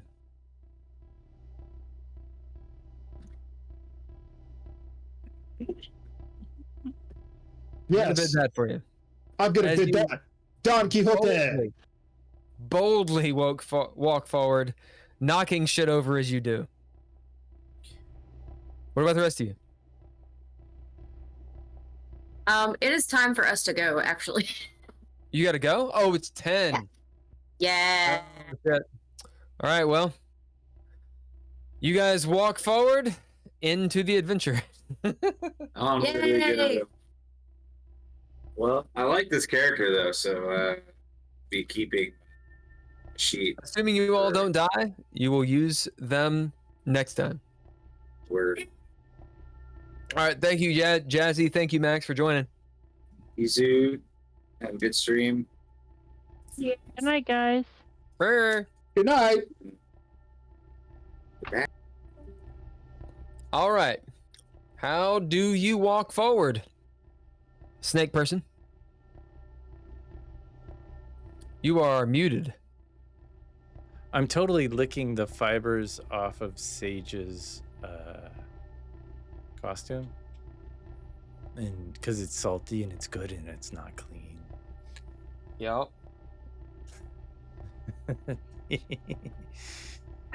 As about halfway through, I cleaned a small contingent of, it looks like, scholars come out of a side room off to, well, the side of the dais, interrupting your all's procession, as with hushed words they usher Zix and Sage off into an antechamber with no mention as to why. It doesn't seem hostile. It seems important. And if one of you makes a move as to saying, hey, what's going on, Zix will actually turn, holding up their hand, saying everything will be okay, as they are off to other business. You were all left there in sort of a bit of a quandary, a moment of awkwardness, as you see the Baroness and Baron waiting on you. You all approach. We sure do. I want soup. Illustrious warriors. Amaria starts. We thank you for coming to the castle, to coming to our summons. You may not have known, but we compelled you here. Bended fate, if you will, to make this your destination. Why, you might ask? I believe you know why. We have asked you here for your particular skills. There is a thing that needs be done just outside the kingdom. Our neighbors, the Cadmar. We worry of them. There's been no summons, no messenger, no courtship for such a long time, months even.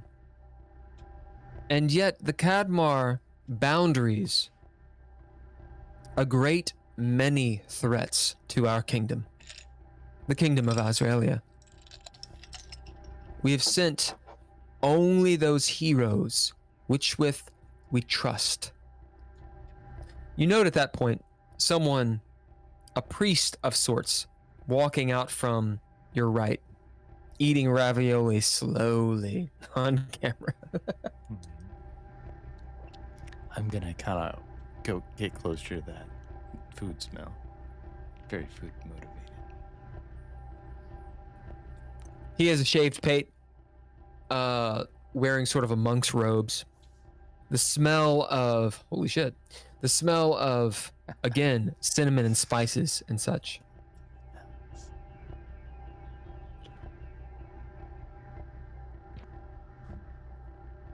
Sibilium has used his anthropomorphy. That's right, anthropomorphy. Not anthropomancy, but anthropomorphy. Anthropancy. No, anthropomorphy. To summon you here.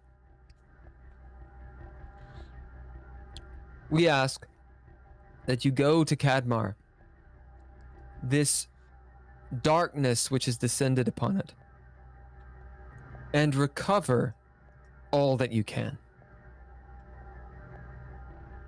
You note the Baroness. She kind of turns off to the side, her chin overcome with some sort of emotion. You can bid or throw down to know what that is, or not. I will bid sociable. As you bid sociable, you can tell that she has a deep connection, an emotional connection, probably familial, to what she's about to say. As she says, it is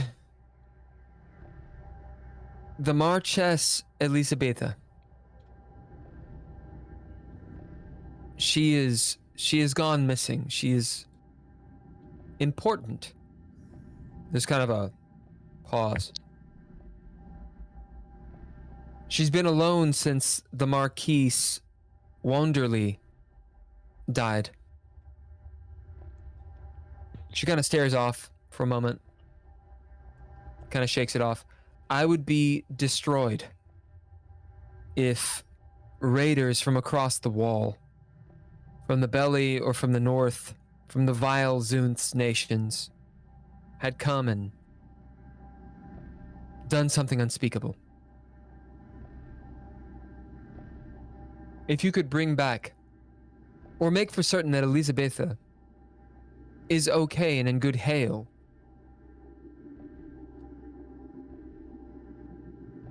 will you do this for me? Or for us, I should say. Al will get on one knee and, sort of crossing her arm in front of her chest. Thank you, or no, shoot, not right accent. Thank you for receiving us on this auspicious evening, and I cannot speak for my new friends, but I would be more than happy to take on your request. She looks to the other two. Right, bid. Hi. Go ahead. I'm gonna bid if I can see it, I can hear it, and in the same English accent. Thank you for letting us go on this magical journey to save your people that we love. Thank you.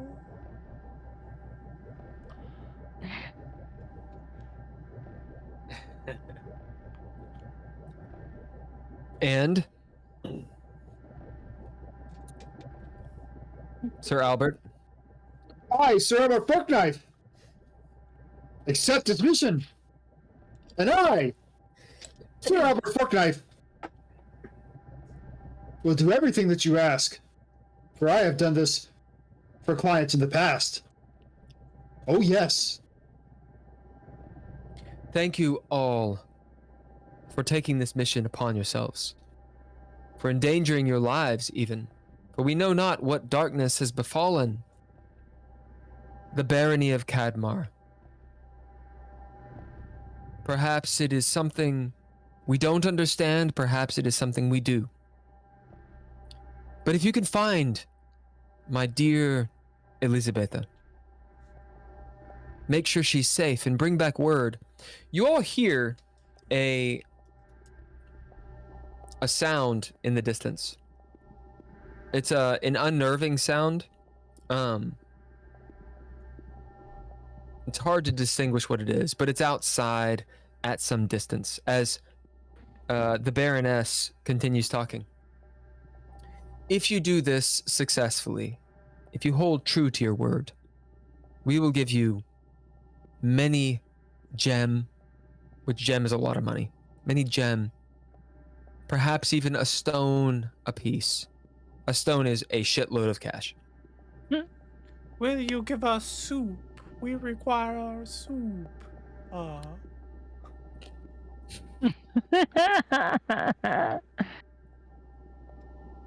She looks down on you. What form of soup would you wish? I would like a curry Air lizard. cinnamon soup, please. There has been so much yummy cinnamon and curry soup. You hear, bring the lizard the soup. Al will speak up at that and say, I appreciate the intent of the offer, but if you at least know something about me from your divination work, I have no need of monetary alms. Though, if it is agreeable to you, I would love nothing more than to be your friend. She smiles at that. I, Sir Indeed. Albert Forkknife, will, in case of a deference from the lady's share, will accept it as my own. If that be the case. What?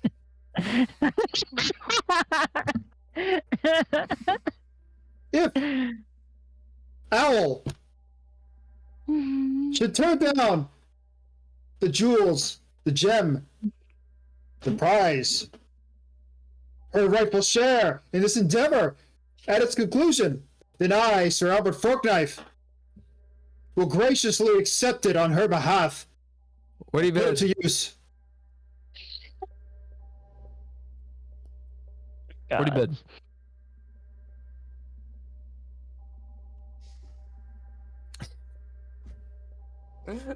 I will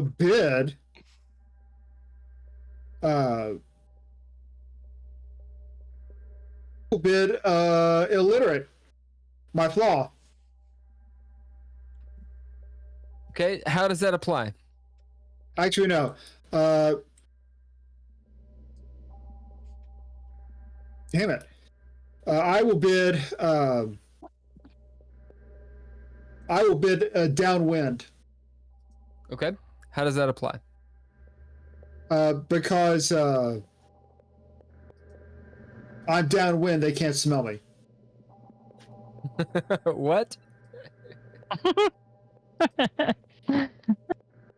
Yeah, I'll be honest. I'm out of traits that are probably relevant to this. I'm just saying stuff which is actually in character. Indeed, you need a trait. You got plenty of free traits. So what's the trait that you would bid that would have to do with getting her shit for you? Boisterous. Boisterous. So write that down. You got boisterous as you bid it. Saying this, the Baroness turns to the Baron. You know, the Baron Von Duke, doesn't seem to like just giving away things. As he kind of gives her a, I don't know about that look. She, however, looks at you much more graciously. Indeed, Sir Albert Fork Knife. It shall be yours. Yes. Thank you. Thank you, fair lady. It shall be as a substitute for the dowry of the house Spatula, to whom I am promised is rather lacking. She nods. She descends the stairs to you. Drow. As she gives you a French kiss on the cheek and on the other cheek. And we shall be friends. Friends! You and I. I see the licking, and No, she doesn't lick. She does I the know. French kiss. I see the licking of the faces, and I like casually like come up and I lick fork knife and the queen a little bit. I like the soup. Soup is What do you good. bid to lick the queen? She's not a queen, by the way. She's a Or baroness. the Duchess. I will dig. She's a baroness, will- not a duchess. I will bid my because she watered me. I will bid friends with water because she cleaned me, and I wish All right, to throw clean her. down. The threshold is 2. To not offend. Oh shit! Oh, I What was is wrong, this, by the way. Is this go on. mind and throw down? No. I mean, you're making a faux pas by licking the Baroness, so Yeah. it's got to be probably wits. Maybe Uh-oh. mind. You could do mind. Well, because I see them doing it, so I'm doing it. Yeah, sure. So I was wrong. The Baron and Baroness, they're a part of a less responsible county than the Marquis would be. So the Marquis are on the borderlands. The Barons are not. That's my bad. Go on. I got Roll 2 successes. your dice. 2. 2. That's limbo. Dose successes. You gonna stick with the limbo or trying to get higher? I'll try to get higher. Can I bid my prehensile tail to slide around the Sir Fork Knife's, kind of slide it up his pants a little bit and kind of give him a little extra. Yes, you can. What's the extra die? What's the extra die on your tail? I mean, I presume it's a D4 because it has D4? no traits. It's prehensile. So I'm gonna go with that. Well, if it's prehensile, then that's got a trait, so it's D6. Oh, is it a D6? I'll take a D6. Yep. I'm gonna go for it. He'll take a So that D6 is too. 1. So I'm gonna use my Stick it up his ass. movement proficiency. Yep. To, You do. reroll. It's like a cat. You know, when a cat like Yeah, I get it. What do you roll? it's familiar. It's a familiar thing. Familiar roll. I got a 5. So All right, so that's a clean success. So it's Where do you it's a put friendship. your tail? So I wrap it around his leg, like. Oh, you wrap it around his leg. You know, like when my cat likes me, so when he walks up to me, he like wraps his tail around me. Yeah, my leg. He does not stick it up your ass. All right. As that happens, you lick the Baroness, which she smiles at, and no one attacks you. She turns, walking back up the stair. Go then, friend. New friends and confidants. Please bring us word of Elizabetha and what has befallen the kingdom, or I should say, the barony, the borderlands of Cadmar. Indeed, we shall ferry forth into the kingdom of Asmar to find Elizabeth. Cadmar. Cadmar. Not Asmar, that's to the south. Cadmar. Cadmar. And I'm a baroness. Baroness.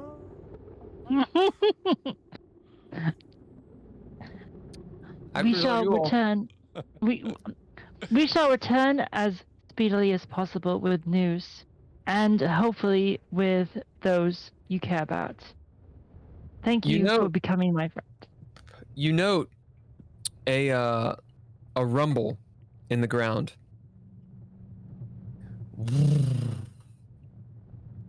Dishes shake and such. People kind of look around, but not paying any attention much. I may inquire, what is the cause of that? I don't know. It's been happening as of late. She kind of looks questioningly at the Baron, who shrugs, but he has the same face as always. Suspicious. Well. Can I bid? Yeah, you can. Instinct. I have a trait called instinct. So you bid instinct. Understand what? What is causing the, I got lizard sense, so it's just like, it's the instinct of a lizard to like feel the ground and have connection. I have a connection with the earth. It feels to you, your name is Martini. Martini. It feels to you, at first, like an earthquake. But you realize it's not. It doesn't have the same feeling. There's not the smell of an earthquake if you were to describe it to a non-Zunth. It's something else, a tremor, something from above, perhaps. A force. Force, that noise is coming from above us. People kind of look around, not knowing what you're talking about. It's above us. There, it's above us. Since you bid, throw down to get something, to glean something from the Baron. That is 2 successes. 2. How many? 2. As you go to limbo, it seems like the Baron probably knows something or suspects something, but he's just kind of not revealing any of it. He may knows. What do you think? I think he knows. I kind of grab my tail a little tighter onto Sir Fork Knife. I think he knows. Do you think he knows? I think he knows. Hurry, sir! Dost thou presume to lay thine prehensile tail upon my leg? Oh, upon thy boldness, for such impudence and impudence shall not be suffered. Henceforth keep thy distance, lest thou incur mine enduring displeasure. Oh, God. This is great. You are rebuffed, Martini. Plot comes your way. And Holker goes, At this, Al will actually walk up to Martini and pat his arm. It's all right. If you want to wrap someone with your tail, I will. I'll. You can do it to me. as candelabras shake, wax spills. Oh, you hear people say, Is everyone all right? "Oh yes, I switched my- this happens. I switched my tail This from has happened as of late." Sir Fork Knife to Ow. You do. If I may ask, how recently did this start? Within a month or two. So you mean around the same time you lost contact with the other kingdom? A few months after. I see. But I don't think Do there's any you- connection. Surely nothing is wrong. She smiles. It is the man. He knows the Duke. I whisper that into Ow's ear. Is the Duke. It's the Duke. It's the Duke. It's the Duke. So And you know that it's not a duke, it's a baroness. Or a baron. oh yeah, true. At that, Al will actually, I'm gonna bid student to activate the scroll of biomancy, Okay. and basically with the intention of trying to spike people's endorphins and get them in a good mood to be Everyone? more. Yes. Okay. What is your magical control? 4. Oh. Wow. That's good. So everybody knows. Do you know the name of that? Oh, of course I decided not to write it down, and then Okay. So 4 is adept. It Yeah. maxes out at 5, which is proficient. I'm sorry, prime. Adept. Manipulation. This is of Magicka. So after I read this, I'm going to ask you what you actually are trying to do specifically, because your specifics really matter with Magicka. Mages with adept control have a notable command over their scroll. That rhymes. They can transform, invert, reverse, or puppet relevant phenomena. Adept controls characterized by intricate details and structures and exhibit finesse in the art. Duration. Have a lasting duration and may stick around for a few hours to several months, depending. For example, someone could influence the local weather on a granular scale, drawing the latent moisture from the ground to fashion rain clouds. A surgeon, such as yourself, could meanwhile shape their internal energies and those of others as they wish. So it's pretty heavy. That is heavy magic. All right, what are you specifically trying to do? Just to elevate their endorphins? But yeah, specific. Well, and in a broad sense, I'm trying to elevate everyone's endorphins, but I would probably focus on the Baron, and basically to turn his to try and get his what's the word I'm looking for? The cortisol down, and actually transform it into endorphins, basically to try and get him more pliant and All right. open about what he knows. This is definitely doable. Now, do you have an instrument of Magicka?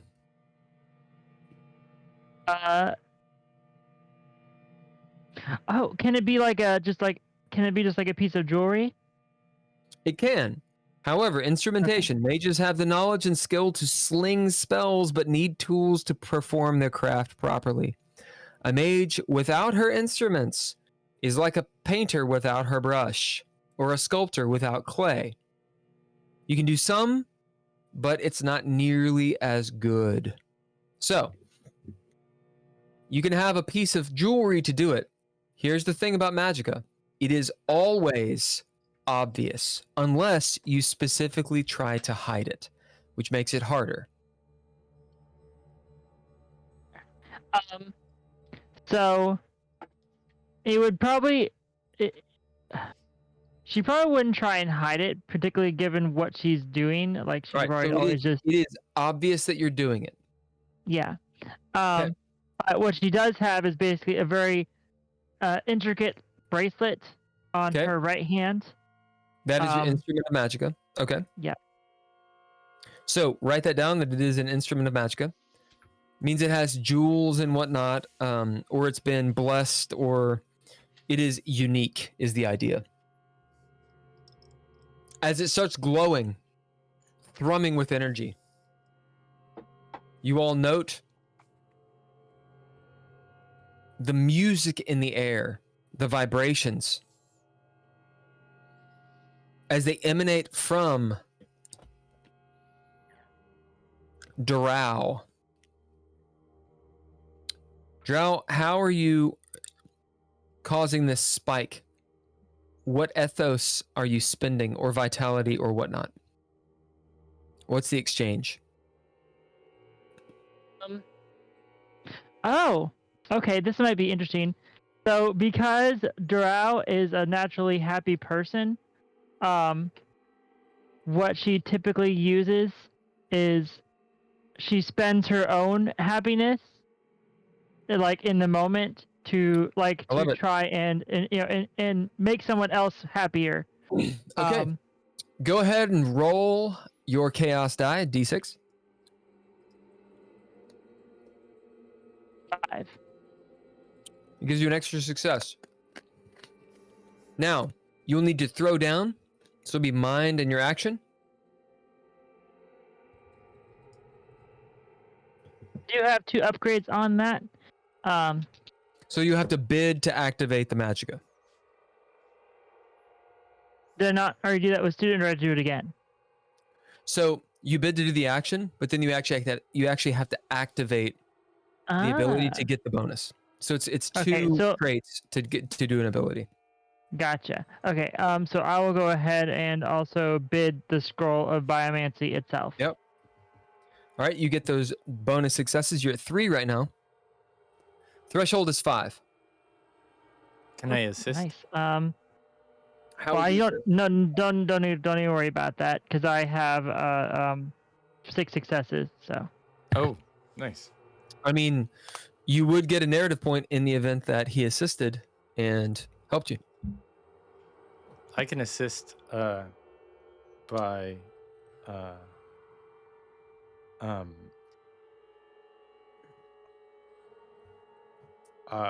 using my trait Dragon Child to distract them, because I feel like I'm in love with Ao at this moment.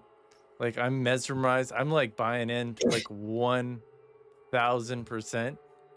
And Yep. like I'm like kind of like, so you got this You're 8-foot lizard child that's just kind of like grooving on, and like I like the the Duchess, or we had our whole interaction, so like now I'm it's almost like a carnival show a little bit, like it's just. So this Ophidian guy is licking you. It feels kind of good. What aspect dice are you going to give her? I'm gonna give her my mind die, because I kind of feel like. What is it? It's a D10. All right, you get a D10. Roll that shit. As you get licked by a snake man. So that's another success. All right, you get a narrative point. As you use your own happiness, gain a derangement. What is the derangement that you've picked?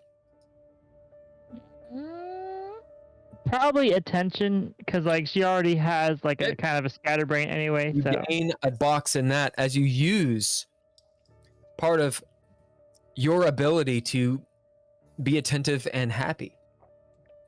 As you see the Baron Baron Von Duke. The energy moves over him. As people kind of look, as you're sitting there concentrating, Owl, and the music of this magicka, this biomancy, comes forth. Whoa! As the Baron, his visage changes, he looks at you, his jaw goes slack, he kind of saliva, he kind of drools a little bit, his eyes dilate, and he says, I did a bad thing.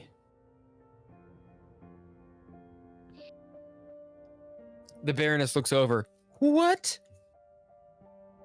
I'm gonna try and do this right. What exactly did you do, sir? I summoned them. The Them? rock. The Oh. painted rock. As the Baroness looks, what rock? The painted rock. The one on the mount. As he points off to the north. The forbidden one. Immortality awaits, they said.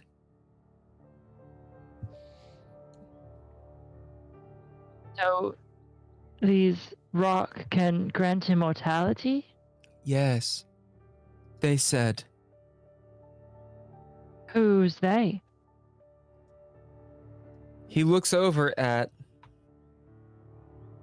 Billiam. the ascetic, who kind of looks up. He picks up his skirts and runs out of the room. Ah! The door to the tower. The occult is quite clear. With many sacrifices. Oh, that was you! With many sacrifices, one could achieve immortality. It's for the taking, but I think they came. As the room shakes and the glass ceiling, because there's a glass ceiling, cracks.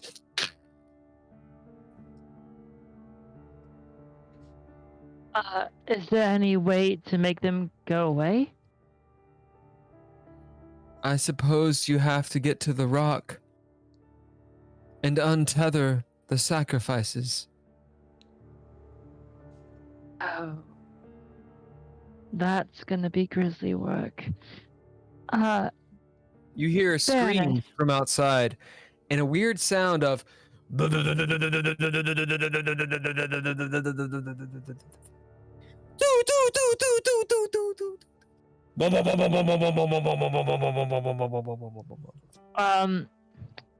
Would as a student would I of the Mage Academy or college, would I recognize any of that? Do you bid anything? Because I bid instinct a while back, does that still in effect? Yeah, we'll say that's active. If whatever your lizard hackles are immediately raised, predators are about. In this regard, I'll bid a teacher's pet. They're coming. They're coming. They're coming. Coming. Coming. And what are you bidding teacher's pet to achieve? To know what the sounds are. You have never heard these sounds. They seem unnatural. As you realize, you have been told a little bit about the unnatural. The scroll of biomancy is in the natural realms. The unnatural would be frowned upon magicka. The occult, black magic, otherworldly, other realms. Dear God, you hope it's not the void. It is. We must avoid it. They're not from here. We get it They're not You hear avoidable. an explosion outside, and now you smell smoke. Oh dear me! As the Baron and Baroness are ushered off the dais and into an antechamber to safety. Well, what do you In guys quotes, want- safety. What do you guys want to do? Screams from outside. Should we I say fight we make these- our way out of this castle. Well, should we stop these rock? I think there are pressing matters that we must attend, and they have soup here that is good, so we must defend them. I am in agreement with you. Let's see if we can untie these sacrifices from the rock, and maybe they'll go away. I bet. And actually, Al will grab onto your hand and sort of lightly shake it. Actually, I bet you'd be really good at that. Look at your sharp claws. Do what I bet you could want me to. You taste very good Oh. and smell very good. Thanks. Thank you. All right, let's go do it. Let's go save this castle, Where do you guys and go? we'll save all the good Fine. soup to No, the wills it. We will go. to the roof. You go to the I roof? guess. I mean, that seems, I don't know, seems prudent. All right, how do you get to the roof? I don't know. How do we get... I'll yeah, grab you don't know. I'll grab a running uh, scullery you made and I'm ask. gonna bid Tracker. You want to go to the roof, I think. I will bid. I will bid Tracker to guide us to the As Martini, you instinctually know how to get to the high places as you find, you lead your compatriots up some narrow stairways. The rest of you, as Martini is leading you, sort of sniffing at the ground and licking and such, to know the higher ground. You hear screams and odd sounds outside. Do you look or do you just run forward? I run. I'd look. What do you bid or throw down to not lose sanity? I'm going to bid.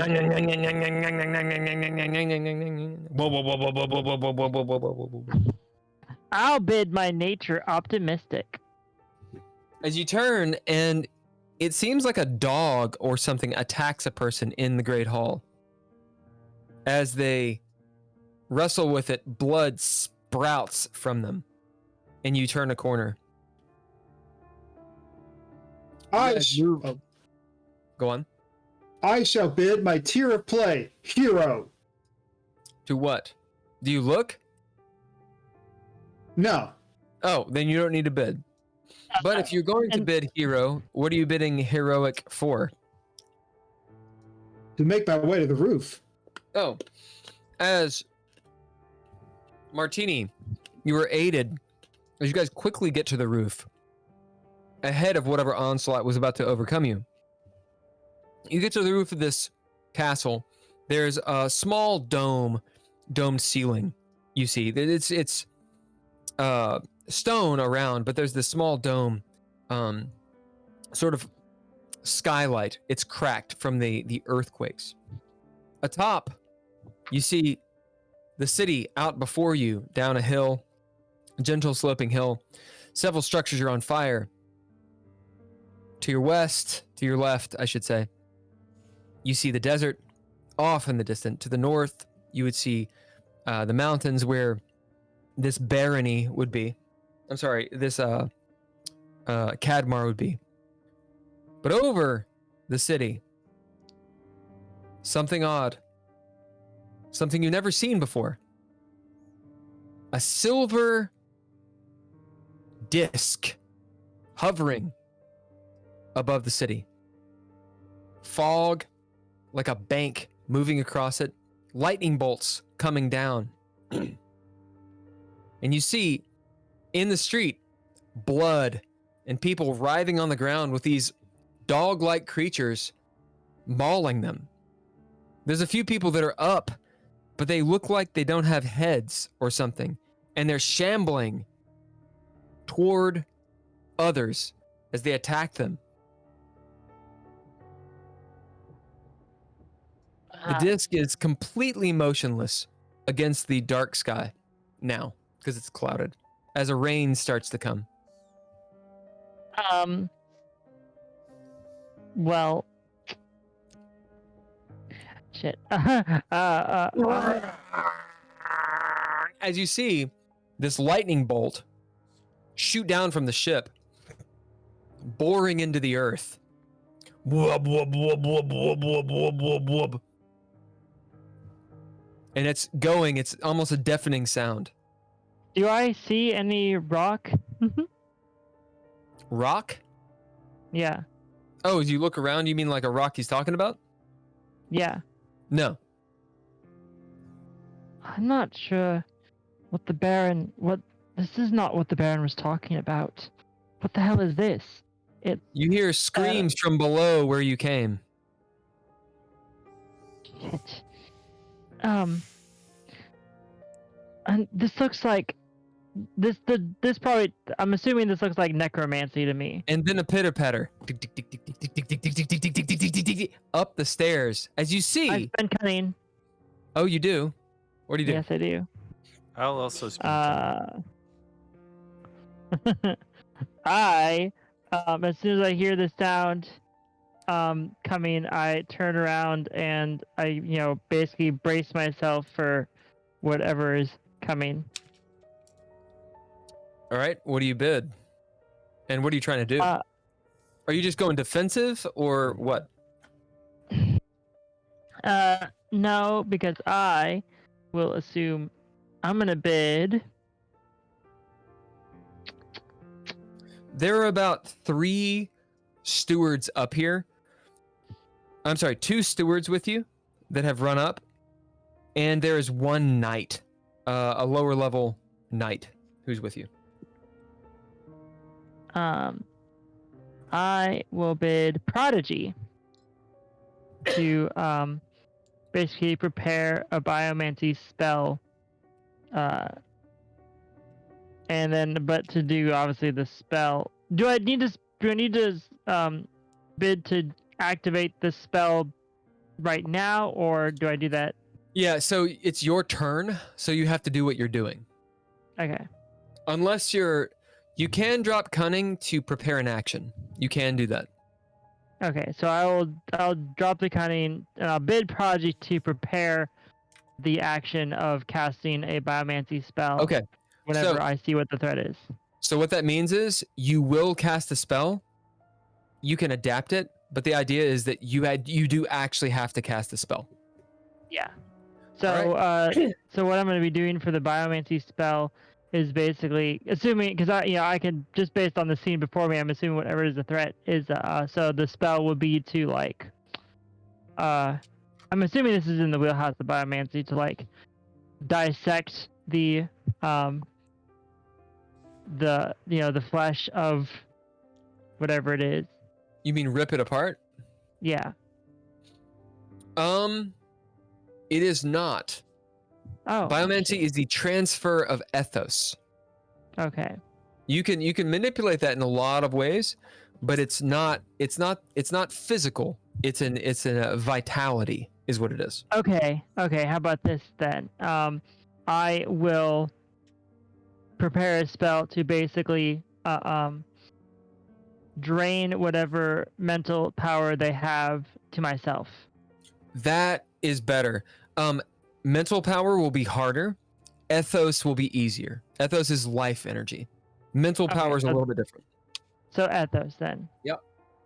So I was basically preparing to life drain them essentially. Yeah, and you're going full bore control 4, right?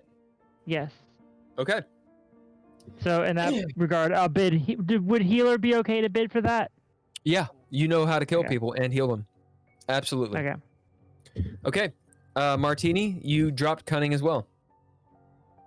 I'm gonna wait for a moment, and I'm intentionally watching, and I'm gonna repeat what Ow does.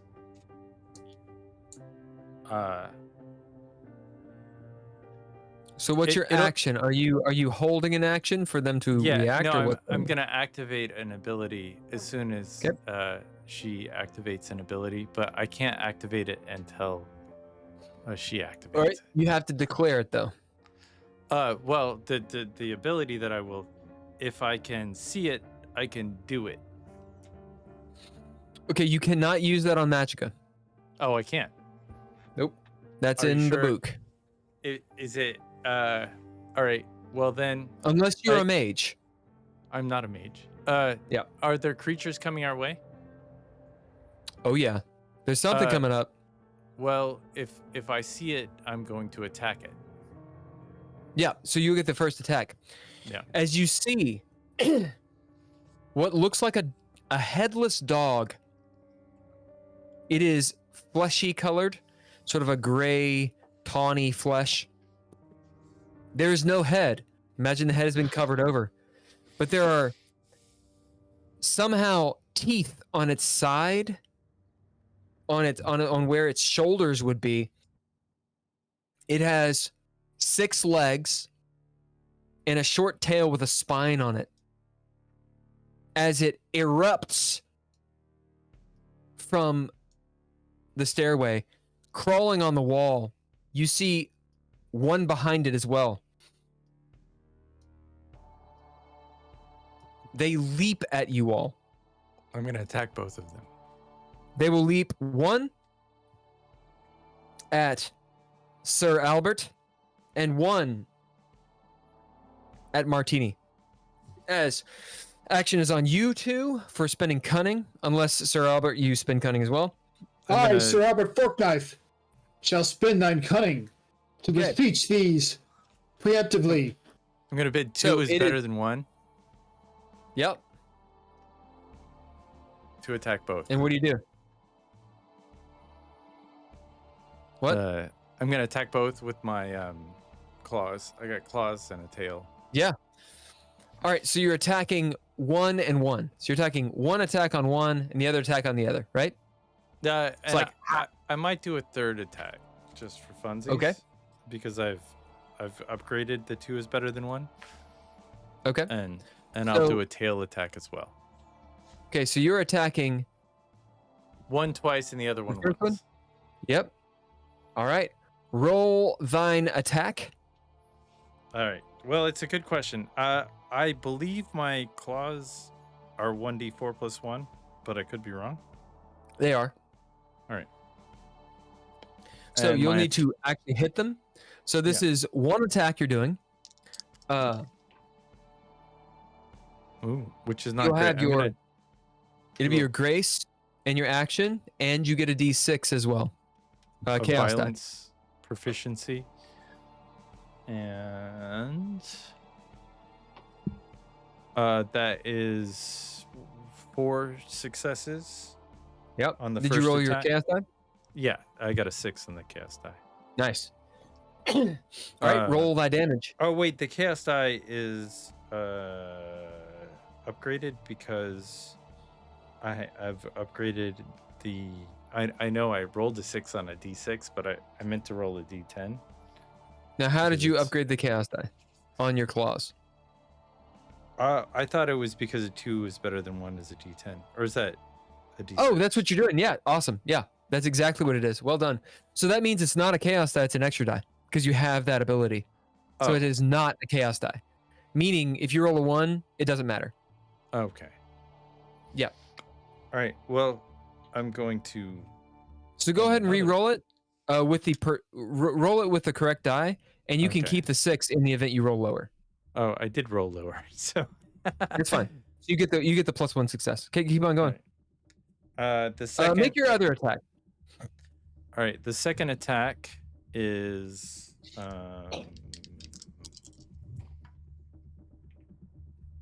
I got a 10 and 2 4s, so it's also 4 successes. Okay, so the way that 2 is better than 1 multi-attack works is this.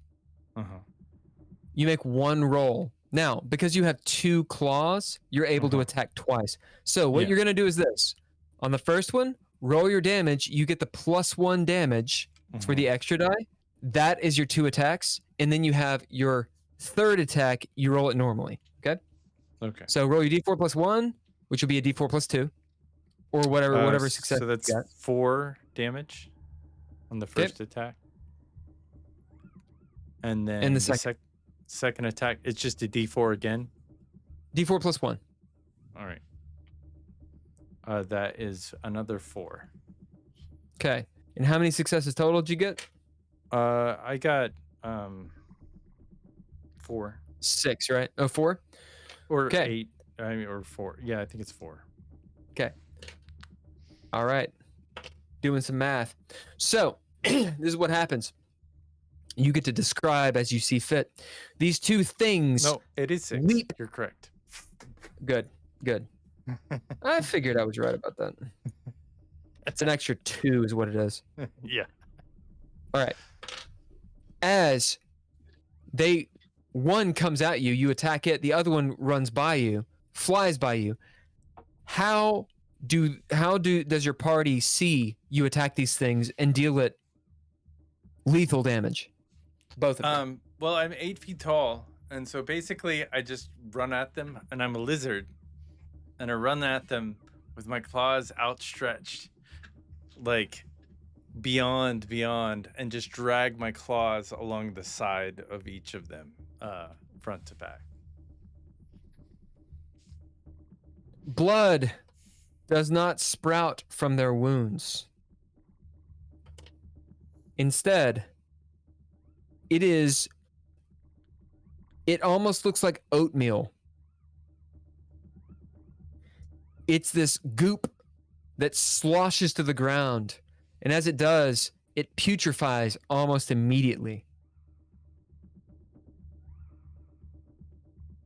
As they sort of howl and shiver, but from an orifice that you're not sure where it is on their bodies, as they make an inhuman just sound. The one that's attacking you, Martini, looks heavily injured as you see its flesh scathed, putrefying around it. As it's sloughing off of it, it becomes smaller of a creature. The other one is still leaping at Owl. Owl, go ahead and do your action. Okay. I, use the biomancy to drain its life force. And now I shall roll and see what happens. So this would be your mind die. Yeah. And your action. Well, I'm going to use 2 proficiencies to re-roll those 2 because that was pathetic. I didn't get a 1, but those are pretty annoying.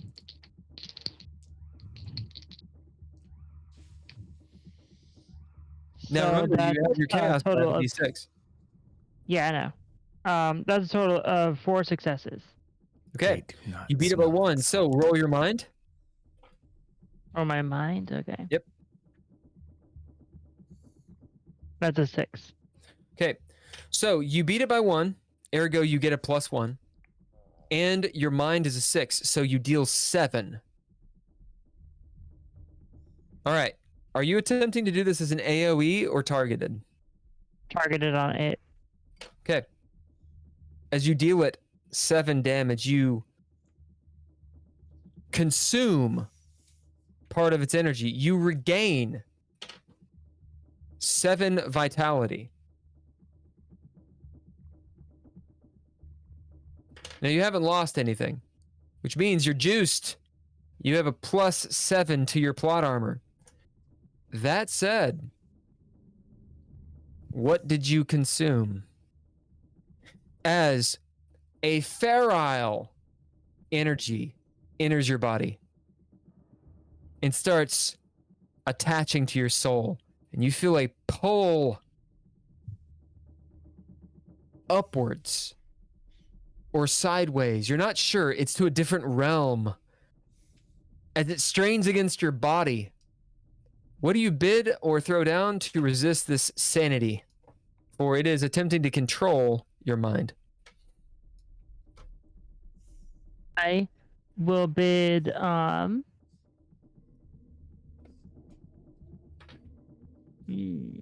interesting. 5, 4, 3, 2, 1. I'll What do you- bid my sort, which is sibling. As you remember who you are, resisting this drug, but you feel it within you, starting to irritate your skin and such. As you see blisters start appearing on your arms, and you can feel it on your body, as you've consumed something alien. Sir Albert, what are you doing?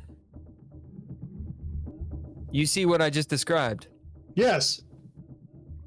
And I, Sir Albert, fork knife,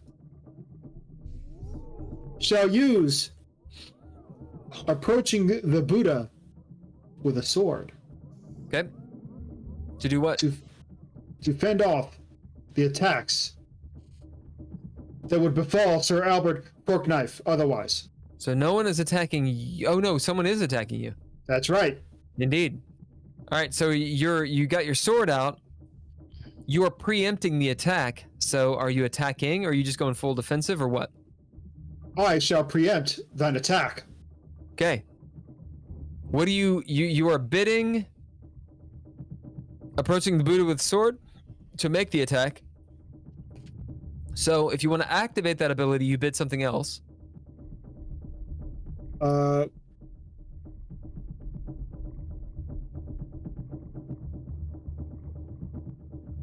a bit of gift. Yep. I shall bid Kids Got Talent. Yep, as you activate the ability as well. Make your attack, so throw down. The threshold is 3. Trace.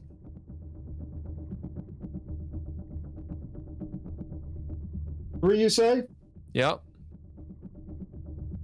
I saw.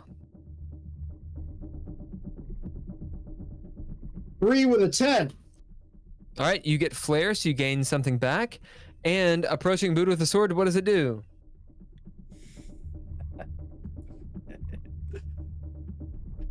It helps with multiple attacks. When multiple people attack you, it gives the negatives associated with multiple attacks. I just figured there'd be more after this one. It's possible. Yeah. So, I will attack. Yeah. So with a short sword, that's a D.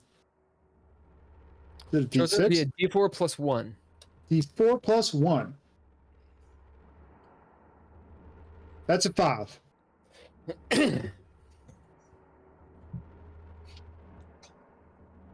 Describe how you slice this thing up, although it does not die.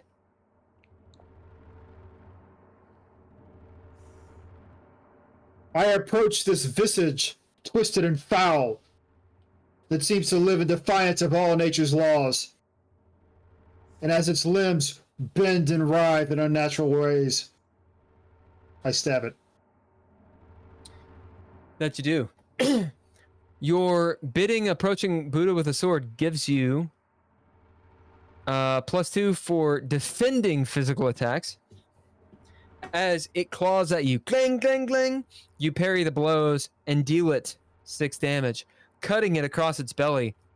Yet again, the flesh putrefies immediately, and all over the ground you see worms and such as they lift into the air and start eating the air,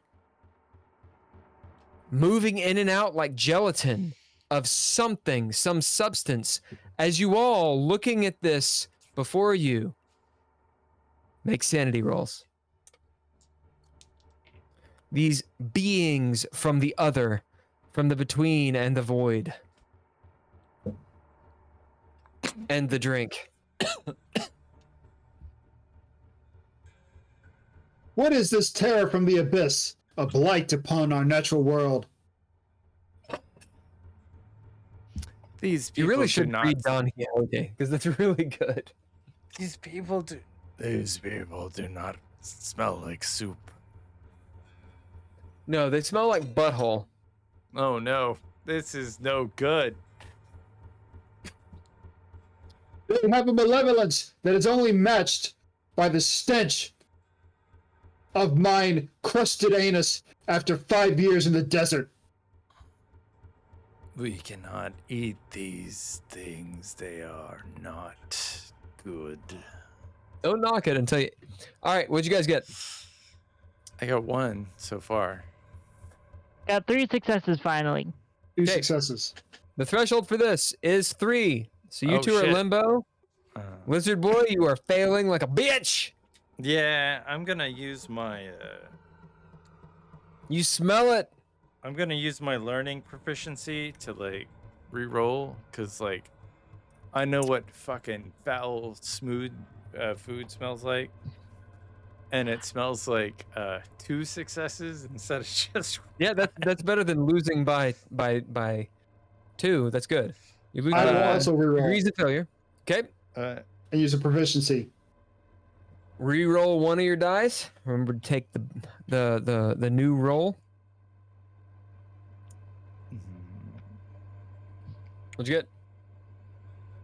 Total is 3. Yep. Okay, you're at limbo. Can I use my light armor to assist me? How does it apply? I don't know, just an extra layer of protection. You got to make it make sense. Well, I mean, I don't know. I feel like I'm thick-skinned, so like I'm personally thick-skinned, and then the light armor is just it insulates me, and my typical anxious state. It's like a comfy blanket. It's like a Yeah, you it's like can do it. Absolutely. All right. That makes sense. I'm gonna use that, which is a D4 because there's Yep. no attributes associated with it. I rolled 2, so it was not helpful. No. Andrea, what do you got? I had a total. Wait, what was the question? Threshold is 3. Yeah. So this might be a bit of a stretch. Would my ability make friends be applicable? How? Because I'm like, well, maybe they can be my friends. You know, maybe we can bridge this divide and it'll be okay. You can in fact bid that. However, remember all bids are not equal. Sometimes they help, sometimes they do not help. Well, I got nothing else otherwise, so Are you gonna I'm bid in it? limbo. Yeah, I'll bid it. All right, so the threshold is 4 for you, as these things don't want to be your friends. Okay. Well, I'm still above limbo, so that's okay. All right. So you two are at limbo. Martini, you're at 2. Oh no, I'm at 5. Oh, you're at What'd you 5. say? Oh, good. Martini, you are muted. I have 2 instead of 3. All right. With 5, that's a clean success. Your name is Owl.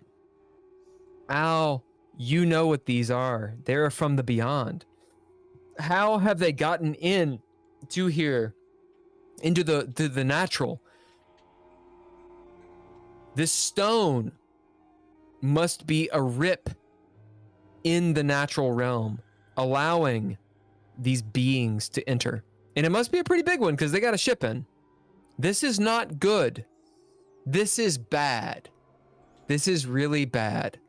It's not usually a mistake, a casual mistake. Someone has planned this. Maybe the Baron was manipulated. Who knows? This is bad. Like, world bad. Okay? But you know what it is as you resist the mental temptations. Sir Forkknife, gain a derangement. What are your derangements? Phobia and psychosis. You get a psychosis. As you see these worms in and out of reality, and it starts to make you wonder and ponder, is anything real?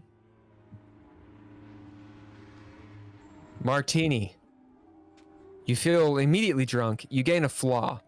Oh no. Kinda sober. Mm. You also gain a derangement. What are your derangements? I don't have any derangements at this moment, so Let's pick one. I'm gonna go with phobia.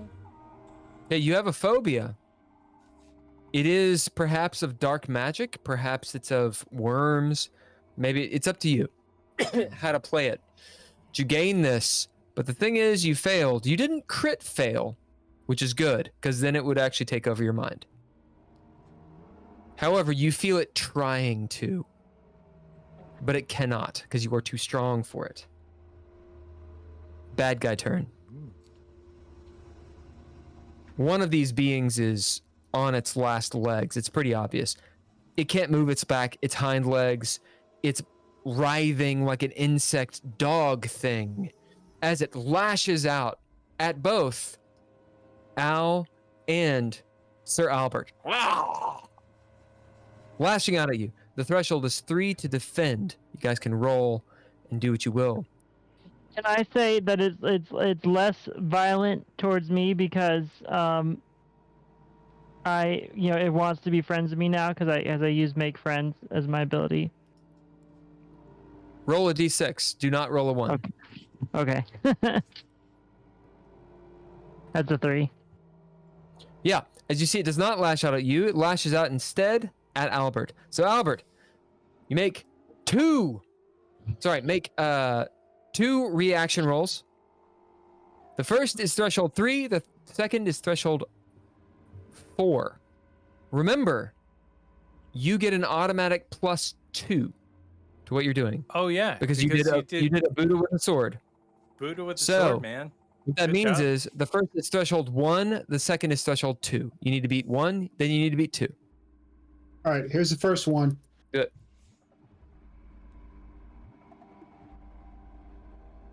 That is 1 success. That is limbo. I shall mulligan one of them Okay. and roll it again and use another proficiency. I'm out of water, so I'm just drinking bourbon. It's gonna Yeah, get me too. crazy here in a second. Good. Yeah, so that's 2 successes. Skedaddle here in about. Okay. Oh. The first attack, how do you defend it?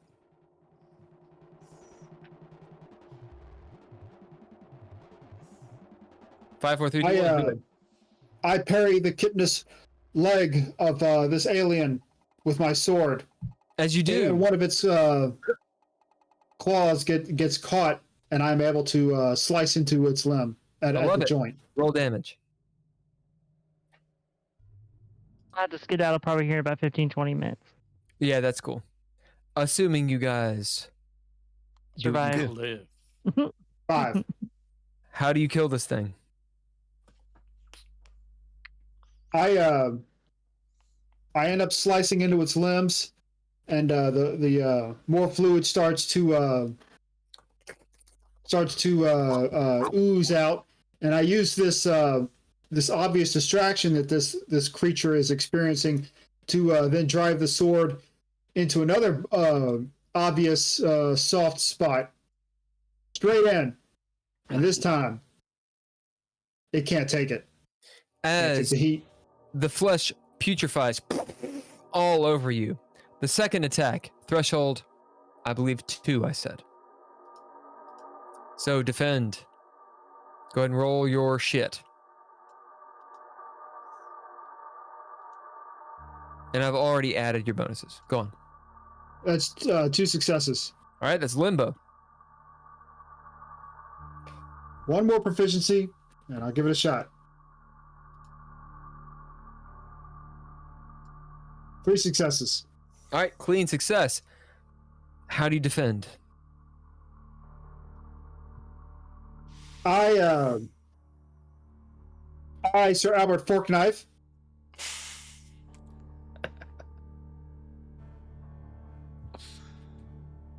I hide behind a rock, and this alien is too stupid to realize that I'm behind the rock. as it is confused for a moment and then attacks Martini. Martini, what'd you get?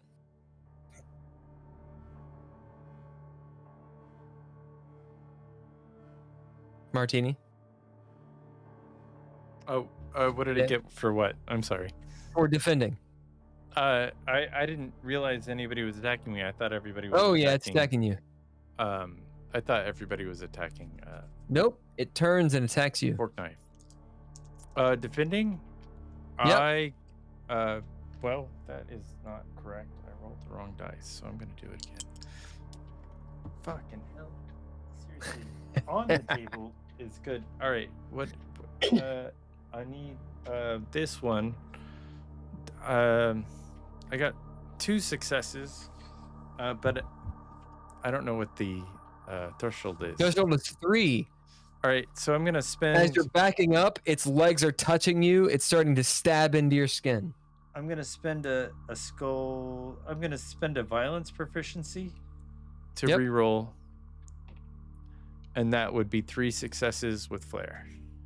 At limbo, it kind of gets on you as you're starting to shrug it off. Can you do anything to get a clean success? I could bid my prehensile tail again to trip it up. Potentially. Do you have the bid? Then do it. Make your extra die roll. It's not helpful. As it's stabbing and you kind of stinging, and you slough it off. It deals 3 damage to you. Stinging. You feel the sting as it pulls out its little limbs. You see these big stingers sticking out of your skin. Ouch. As they're pumping venom into you. Ow. Glug, glug, glug, glug, glug, glug, glug, glug, glug. Roll a d4. Oh, that is painful. I'm hurting my face hole. It's a 3. As you see the stinger somehow screw into your forearm and then explode. As your flesh and scales rip up, popping out with pus and terror. Can I bid something for that? Yeah, you only take the damage I told you though. Oh, okay. Well, I'm just gonna bid thick-skinned. As you bid thick-skinned, how much damage did you take? 3. You'll take 2. As nice. As this thing screams at you all, hunkers down, and starts vibrating violently. It is your all's turn. I'm going to kill it. My claws. Okay. What do you bid to do this? I will bid. It's vibrating violently, like. I will bid arterial strike. Okay. Go ahead and throw down. The threshold is 0 to hit this thing. Oh, well, shit. You just need 1 success. All right. Well, I will. I got 2 successes and 11 with flair. Whew. So, Gain that shit back and roll your damage. that's a D4 plus 1, which is 2. 3. I guess it would be 3. No, 5. I did 5 because arterial strike has 2. How do you kill this thing? I am a physician, so I see where the veins are, and I like put the claw, my little claw, into its veins, and I like dig deeper, and I like try to feel it out to where you feel it vibrating violently as you find its nerve center, boop, and put it out of its misery.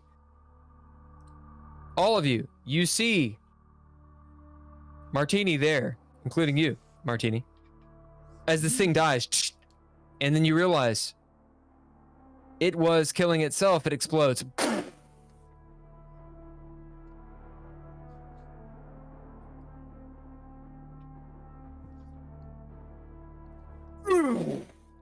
Glass shatters. The building, the top of the building cracks. All right. So this will be a lot of fucking damage. The brawn for Martini and Al. This is going to be an ouch moment. Sir Albert, you were behind a rock that is apparently on top of this palace for some reason.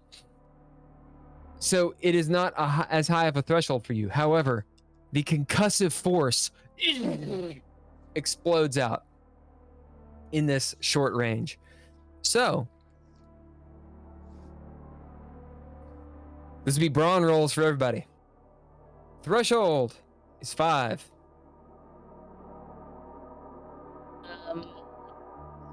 I literally can't even, so. We'll say threshold 4 for Sir Albert. Well, I rolled a natural 4, and I'm gonna use, and both dice had flare, so I'm gonna use my,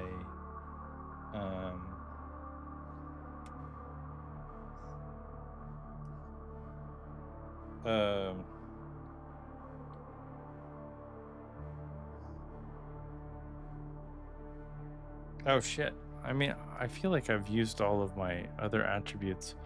Can I just bid thick-skinned again to activate? If you have it. I have it. Yep. To activate blended existence. Okay. Which What does that kind do? of lets me go into the background. Interesting use of that power. That is more of a stealth power, but I can dig it. Sure. It's just kind of like, I'm a big dude. You're a chameleon. You sort of like lizard on the edge of the wall. I dig it. And you know, I grasp to the wall, and I'm like, you know what? I know walls. I know climbing. I'm good at climbing, and I'm just gonna All right. What's your total? dive into that. 5 successes. Okay. What about you, Al? I had a total of 2 successes. Okay, remember you're a heroic character. You can drop up to 3 abilities and 3 ninja gear. You got a lot of picks. My abilities aren't applicable, and neither is my ninja gear. So I'm okay. I would highly disagree with you. However, if you're gonna go for that, then I will go for it. I mean, I don't know. You gotta be real creative if you're gonna be a squishy mage. But I just got 7 plot armor, so. You made the character, dude. You gotta get down and figure it out. I mean, I can tell you shit. You know what? I will tell you shit if you all give me a dread point. Do we have any I dread don't points? have a We dread don't point. have any No, you would give me a dread point. Oh. Oh, Can so wait, but doesn't that kind of defeat the point of a dread point? Because No, like, dread you point could can be already. given to the players, or it can be given to the arbiter. Can I bid something to help Al out? You could just tell Al something if you want to do a player talk,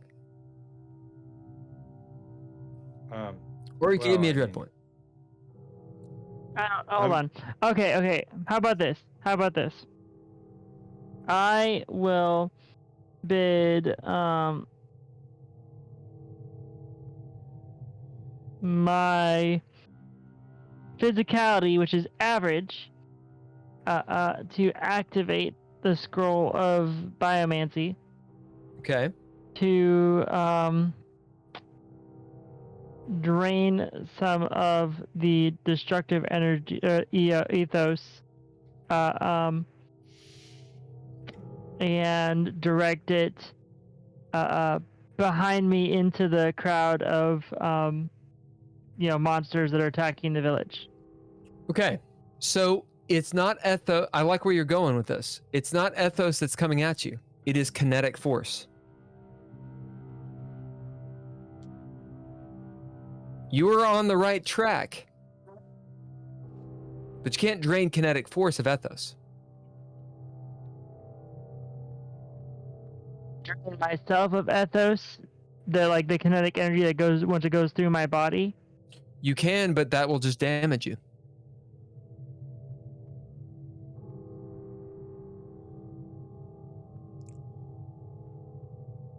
As in you would be using your own life to protect yourself.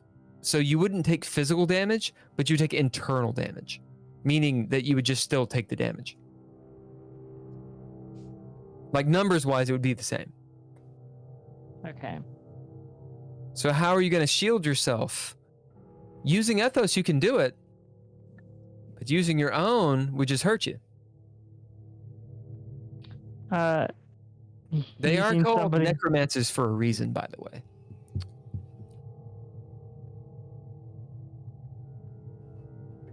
Using the ethos of the dead creature that's dying? No, it's dead. You You got to think a little more evil. Using right, somebody think on it. else's? Think on it. Sir Albert, how are you getting away from this blast? Would you roll? How many successes? I rolled 1 success, but I shall use another ability, Okay. and that would be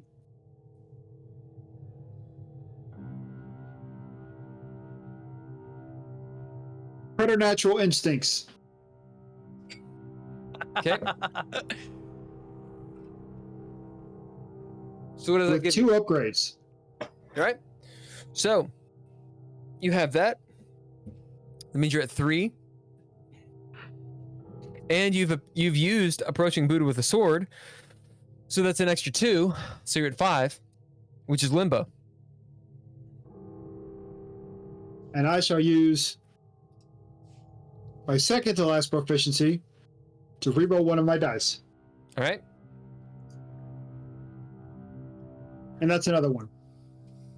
So how do you get out of the way of this behind your rock? I, Sir Albert Forkknife, run really fast.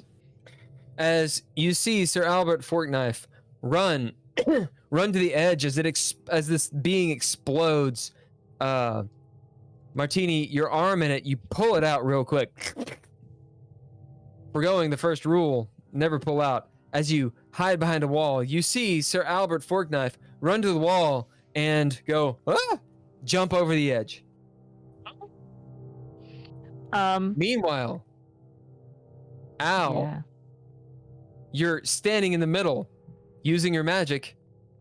What do you do? I drain one of the you said the royal guard, and who else came with us? Or one of the guards? There are 3 people. There's a knight named Rod. There's 2 stewards. Oh, Good night, stewards. Rod. Everybody be careful. It's the night rod. He's coming. It's the night Rod. See, they were there the whole time. Oh. I will use biomancy to drain one of the stewards of their life You can force get to protect 1 myself. point from the steward. Oh. Fine, I'll do it to the guard. You can get 2 from the guard. Man, You gonna do it to all 3 of them, or just 2 of them, or 1 of them, or what?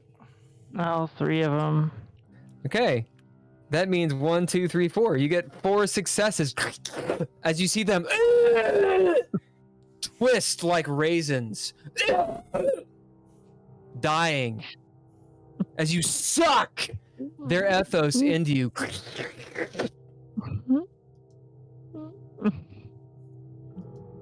And protect myself with it. And you yeah. get blasted for 13. All right. How many successes did you have? Okay, hold on 1 second. I'll do that. Not counting that. How many successes did you roll? I didn't get there yet. Oh, okay, go ahead and reroll. So, okay, so that's a total of 3 successes. Okay, So the threshold was 5, so it's 2 plus how much did I say? Oh, so never mind. Sorry. With the so the scroll of biomancy also has 2 6 upgrades to it. So Okay. Total of 5. Yeah. Okay, you're at limbo. So how much damage did I say? 13. Okay, so 13. Since you hit limbo, it's halved, upgraded. So it would be what is that? 7. So 7 damage is what you take. However, you gained their ethos on top of your plot armor. So 2, 3, 4. So you have 4 extra plot armor plus the 7 you already have. You have 11 extra plot armor that is now reduced by 7. So you're actually up 4. You forgot about that plot armor, didn't you? No, I didn't. All right, it will fade. However, you are juiced. You feel good as you see these 3 die before you. The rest of you see a necromancer before you, having sucked the energy. As you're on the roof, you see the spaceship, or whatever it is, hover off towards the mainland of Azraelia in the west. As you look out, you see the hulking corpses of many people with these dog things on them, as the dog things are taking control of the bodies, as they're jumping up all Half-Life style, looking around, roaming around. And that is where we're going to end tonight. Cool. Oh, can I do something really quick? Yes, you can. Considering that all of the immediate monsters in the vicinity have been disposed of, Yep. I presume that Ow has been hurt, so I'd like to bid physician Okay. to heal her wounds. How do you do it? Well, I've got my little cauterizer, and I cauterize all her. As out of nowhere, Al, you feel this burning sensation as you get stamped.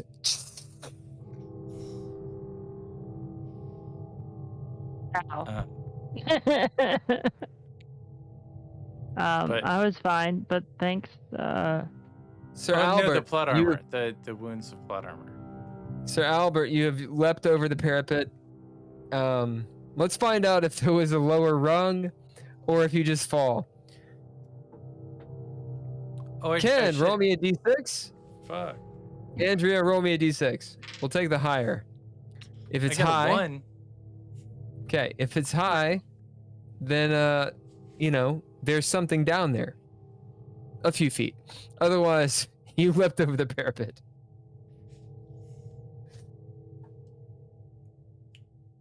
I think I leapt over it. What'd you get, Andrea? 3. Yep. As Sir Albert, you leap over the parapet as the explosion goes past you, as you see a 30-foot drop. Ah! Landing on the ground, breaking your hip. You lay there, looking up as you sort of try to move. You see these dog things coming towards you. That is where we end. All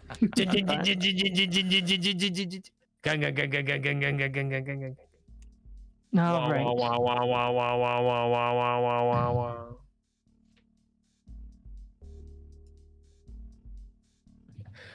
Good. You guys ready for some Into Space next week? Yes. Yeah. Good. We will play some Into Space next week. When Drizzle is back, you can punish him for being out and inflicting this upon you all. Keep these characters. Keep these characters. That way, on another one-shot, we can pull them out, develop them, and they'll have a bit of a history. As you all make it, we'll just have to figure out how. Okay? Did I get my Okay. minor Yeah. goal, which is to heal somebody? No, this is a one shot, and I'm gonna be a dick. You don't get to fucking abuse the mechanics in that way. In fact, you hurt them. Ergo, you're down 1 goal. Fuck you. All right. I got a minor goal and a major goal. Oh, really? What'd you get? My minor goal was to make friends, and then my major goal was to make friends with the Baroness. All right. So, major goal, yes. Minor goal, I'm gonna be a dick. I'm gonna say that Ken's ostentatious nature of being a mechanical player dude negates your minor goal. So all you get is the major goal, player person. There. You're muted. My major goal is to solve the riddle. So did I What do you solve think the the riddle is? What is it? The Baron von Duke or whatever the fuck, like he was in on it, and he like brought him in. I need more. It's a major goal. He brought him in, and How? said that they could have the resources, they could have the people, through Nope. the vortex, through the fucking, through the little, Can anyone help him? bit, the veil, through the No. veil. It of was through the veil, but why did he do it? He did it for to live forever. He wanted to. Oh, yeah, indeed. Boom, you got it. You get a major goal. Absolutely. He did it because he thought he was going to get immortality. Yep. Anyone else get minor major goals? Nah. You can also argue with me about all of these I things don't that I'm care. saying. You don't care. I- That's why you I lose the don't- minor goal. It's fine. It's fine. I gotta go. But I know I you gotta will. go. All right, so remember, everyone gets a pip. Put your XP down. This will matter in the future. This character will matter. And all that good stuff. Okay, Andrea, thanks for joining. Holker, are you It's gonna be able to fun. jump on the after hours? No, I'm going to bed. Good. All right, we will be back for after hours in 10 minutes,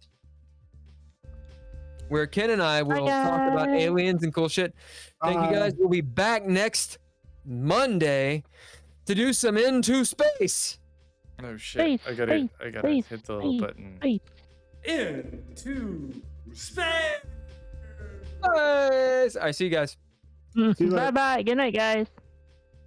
Thank you to Utensils. Thank you to Maxie and Jazzy for jumping on for what they could. We will have these one-shot characters for extra one-shots where I will not necessarily be the arbiter. And we won't have to do a character creation at the beginning, which would be really cool. Ken, you want to lead us out, and then we'll jump on the after hours in about 10 minutes?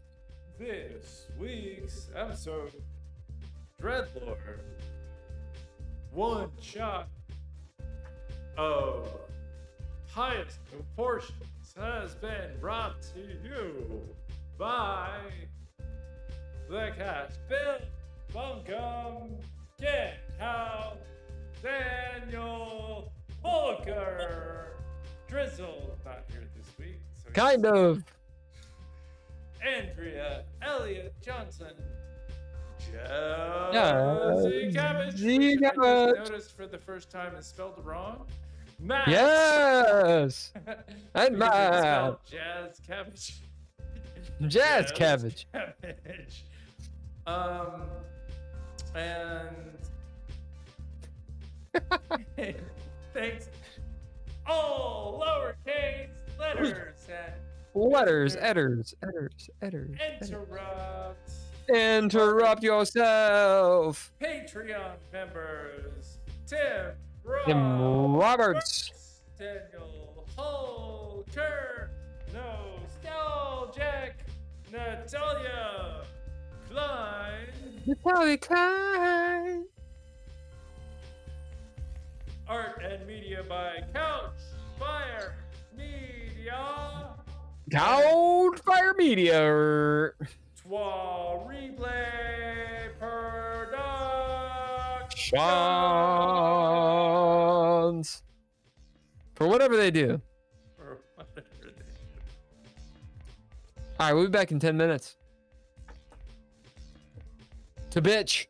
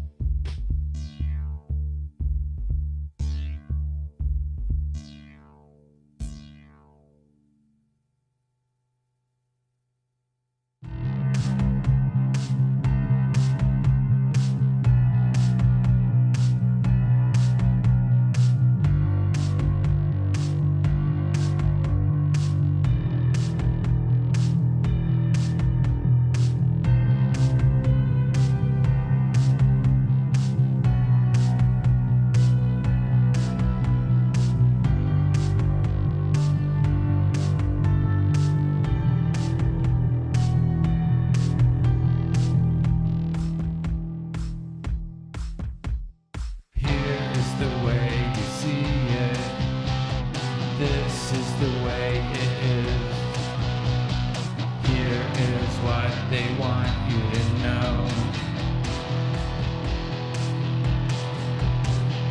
Here is the way to see it.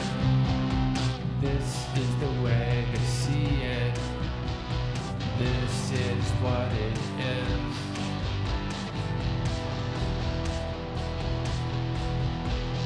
What do you know? What do you know? What do you know? What do you know? What do you know? What do you know? What do you know? What do you know? What do you know?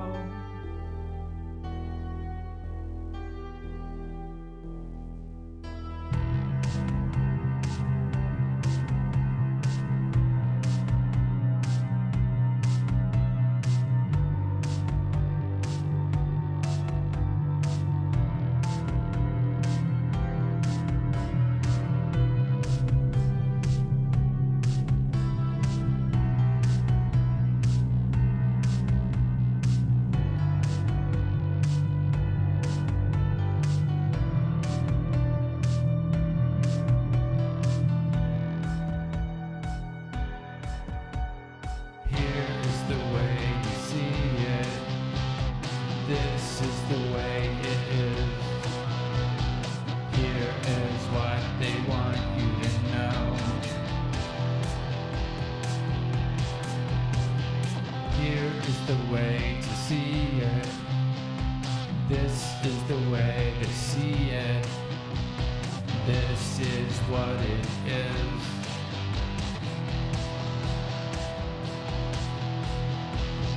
What do you know? What do you know? What do you know? What do you know? What do you know? What do you know? What do you know? What do you know? What do you know?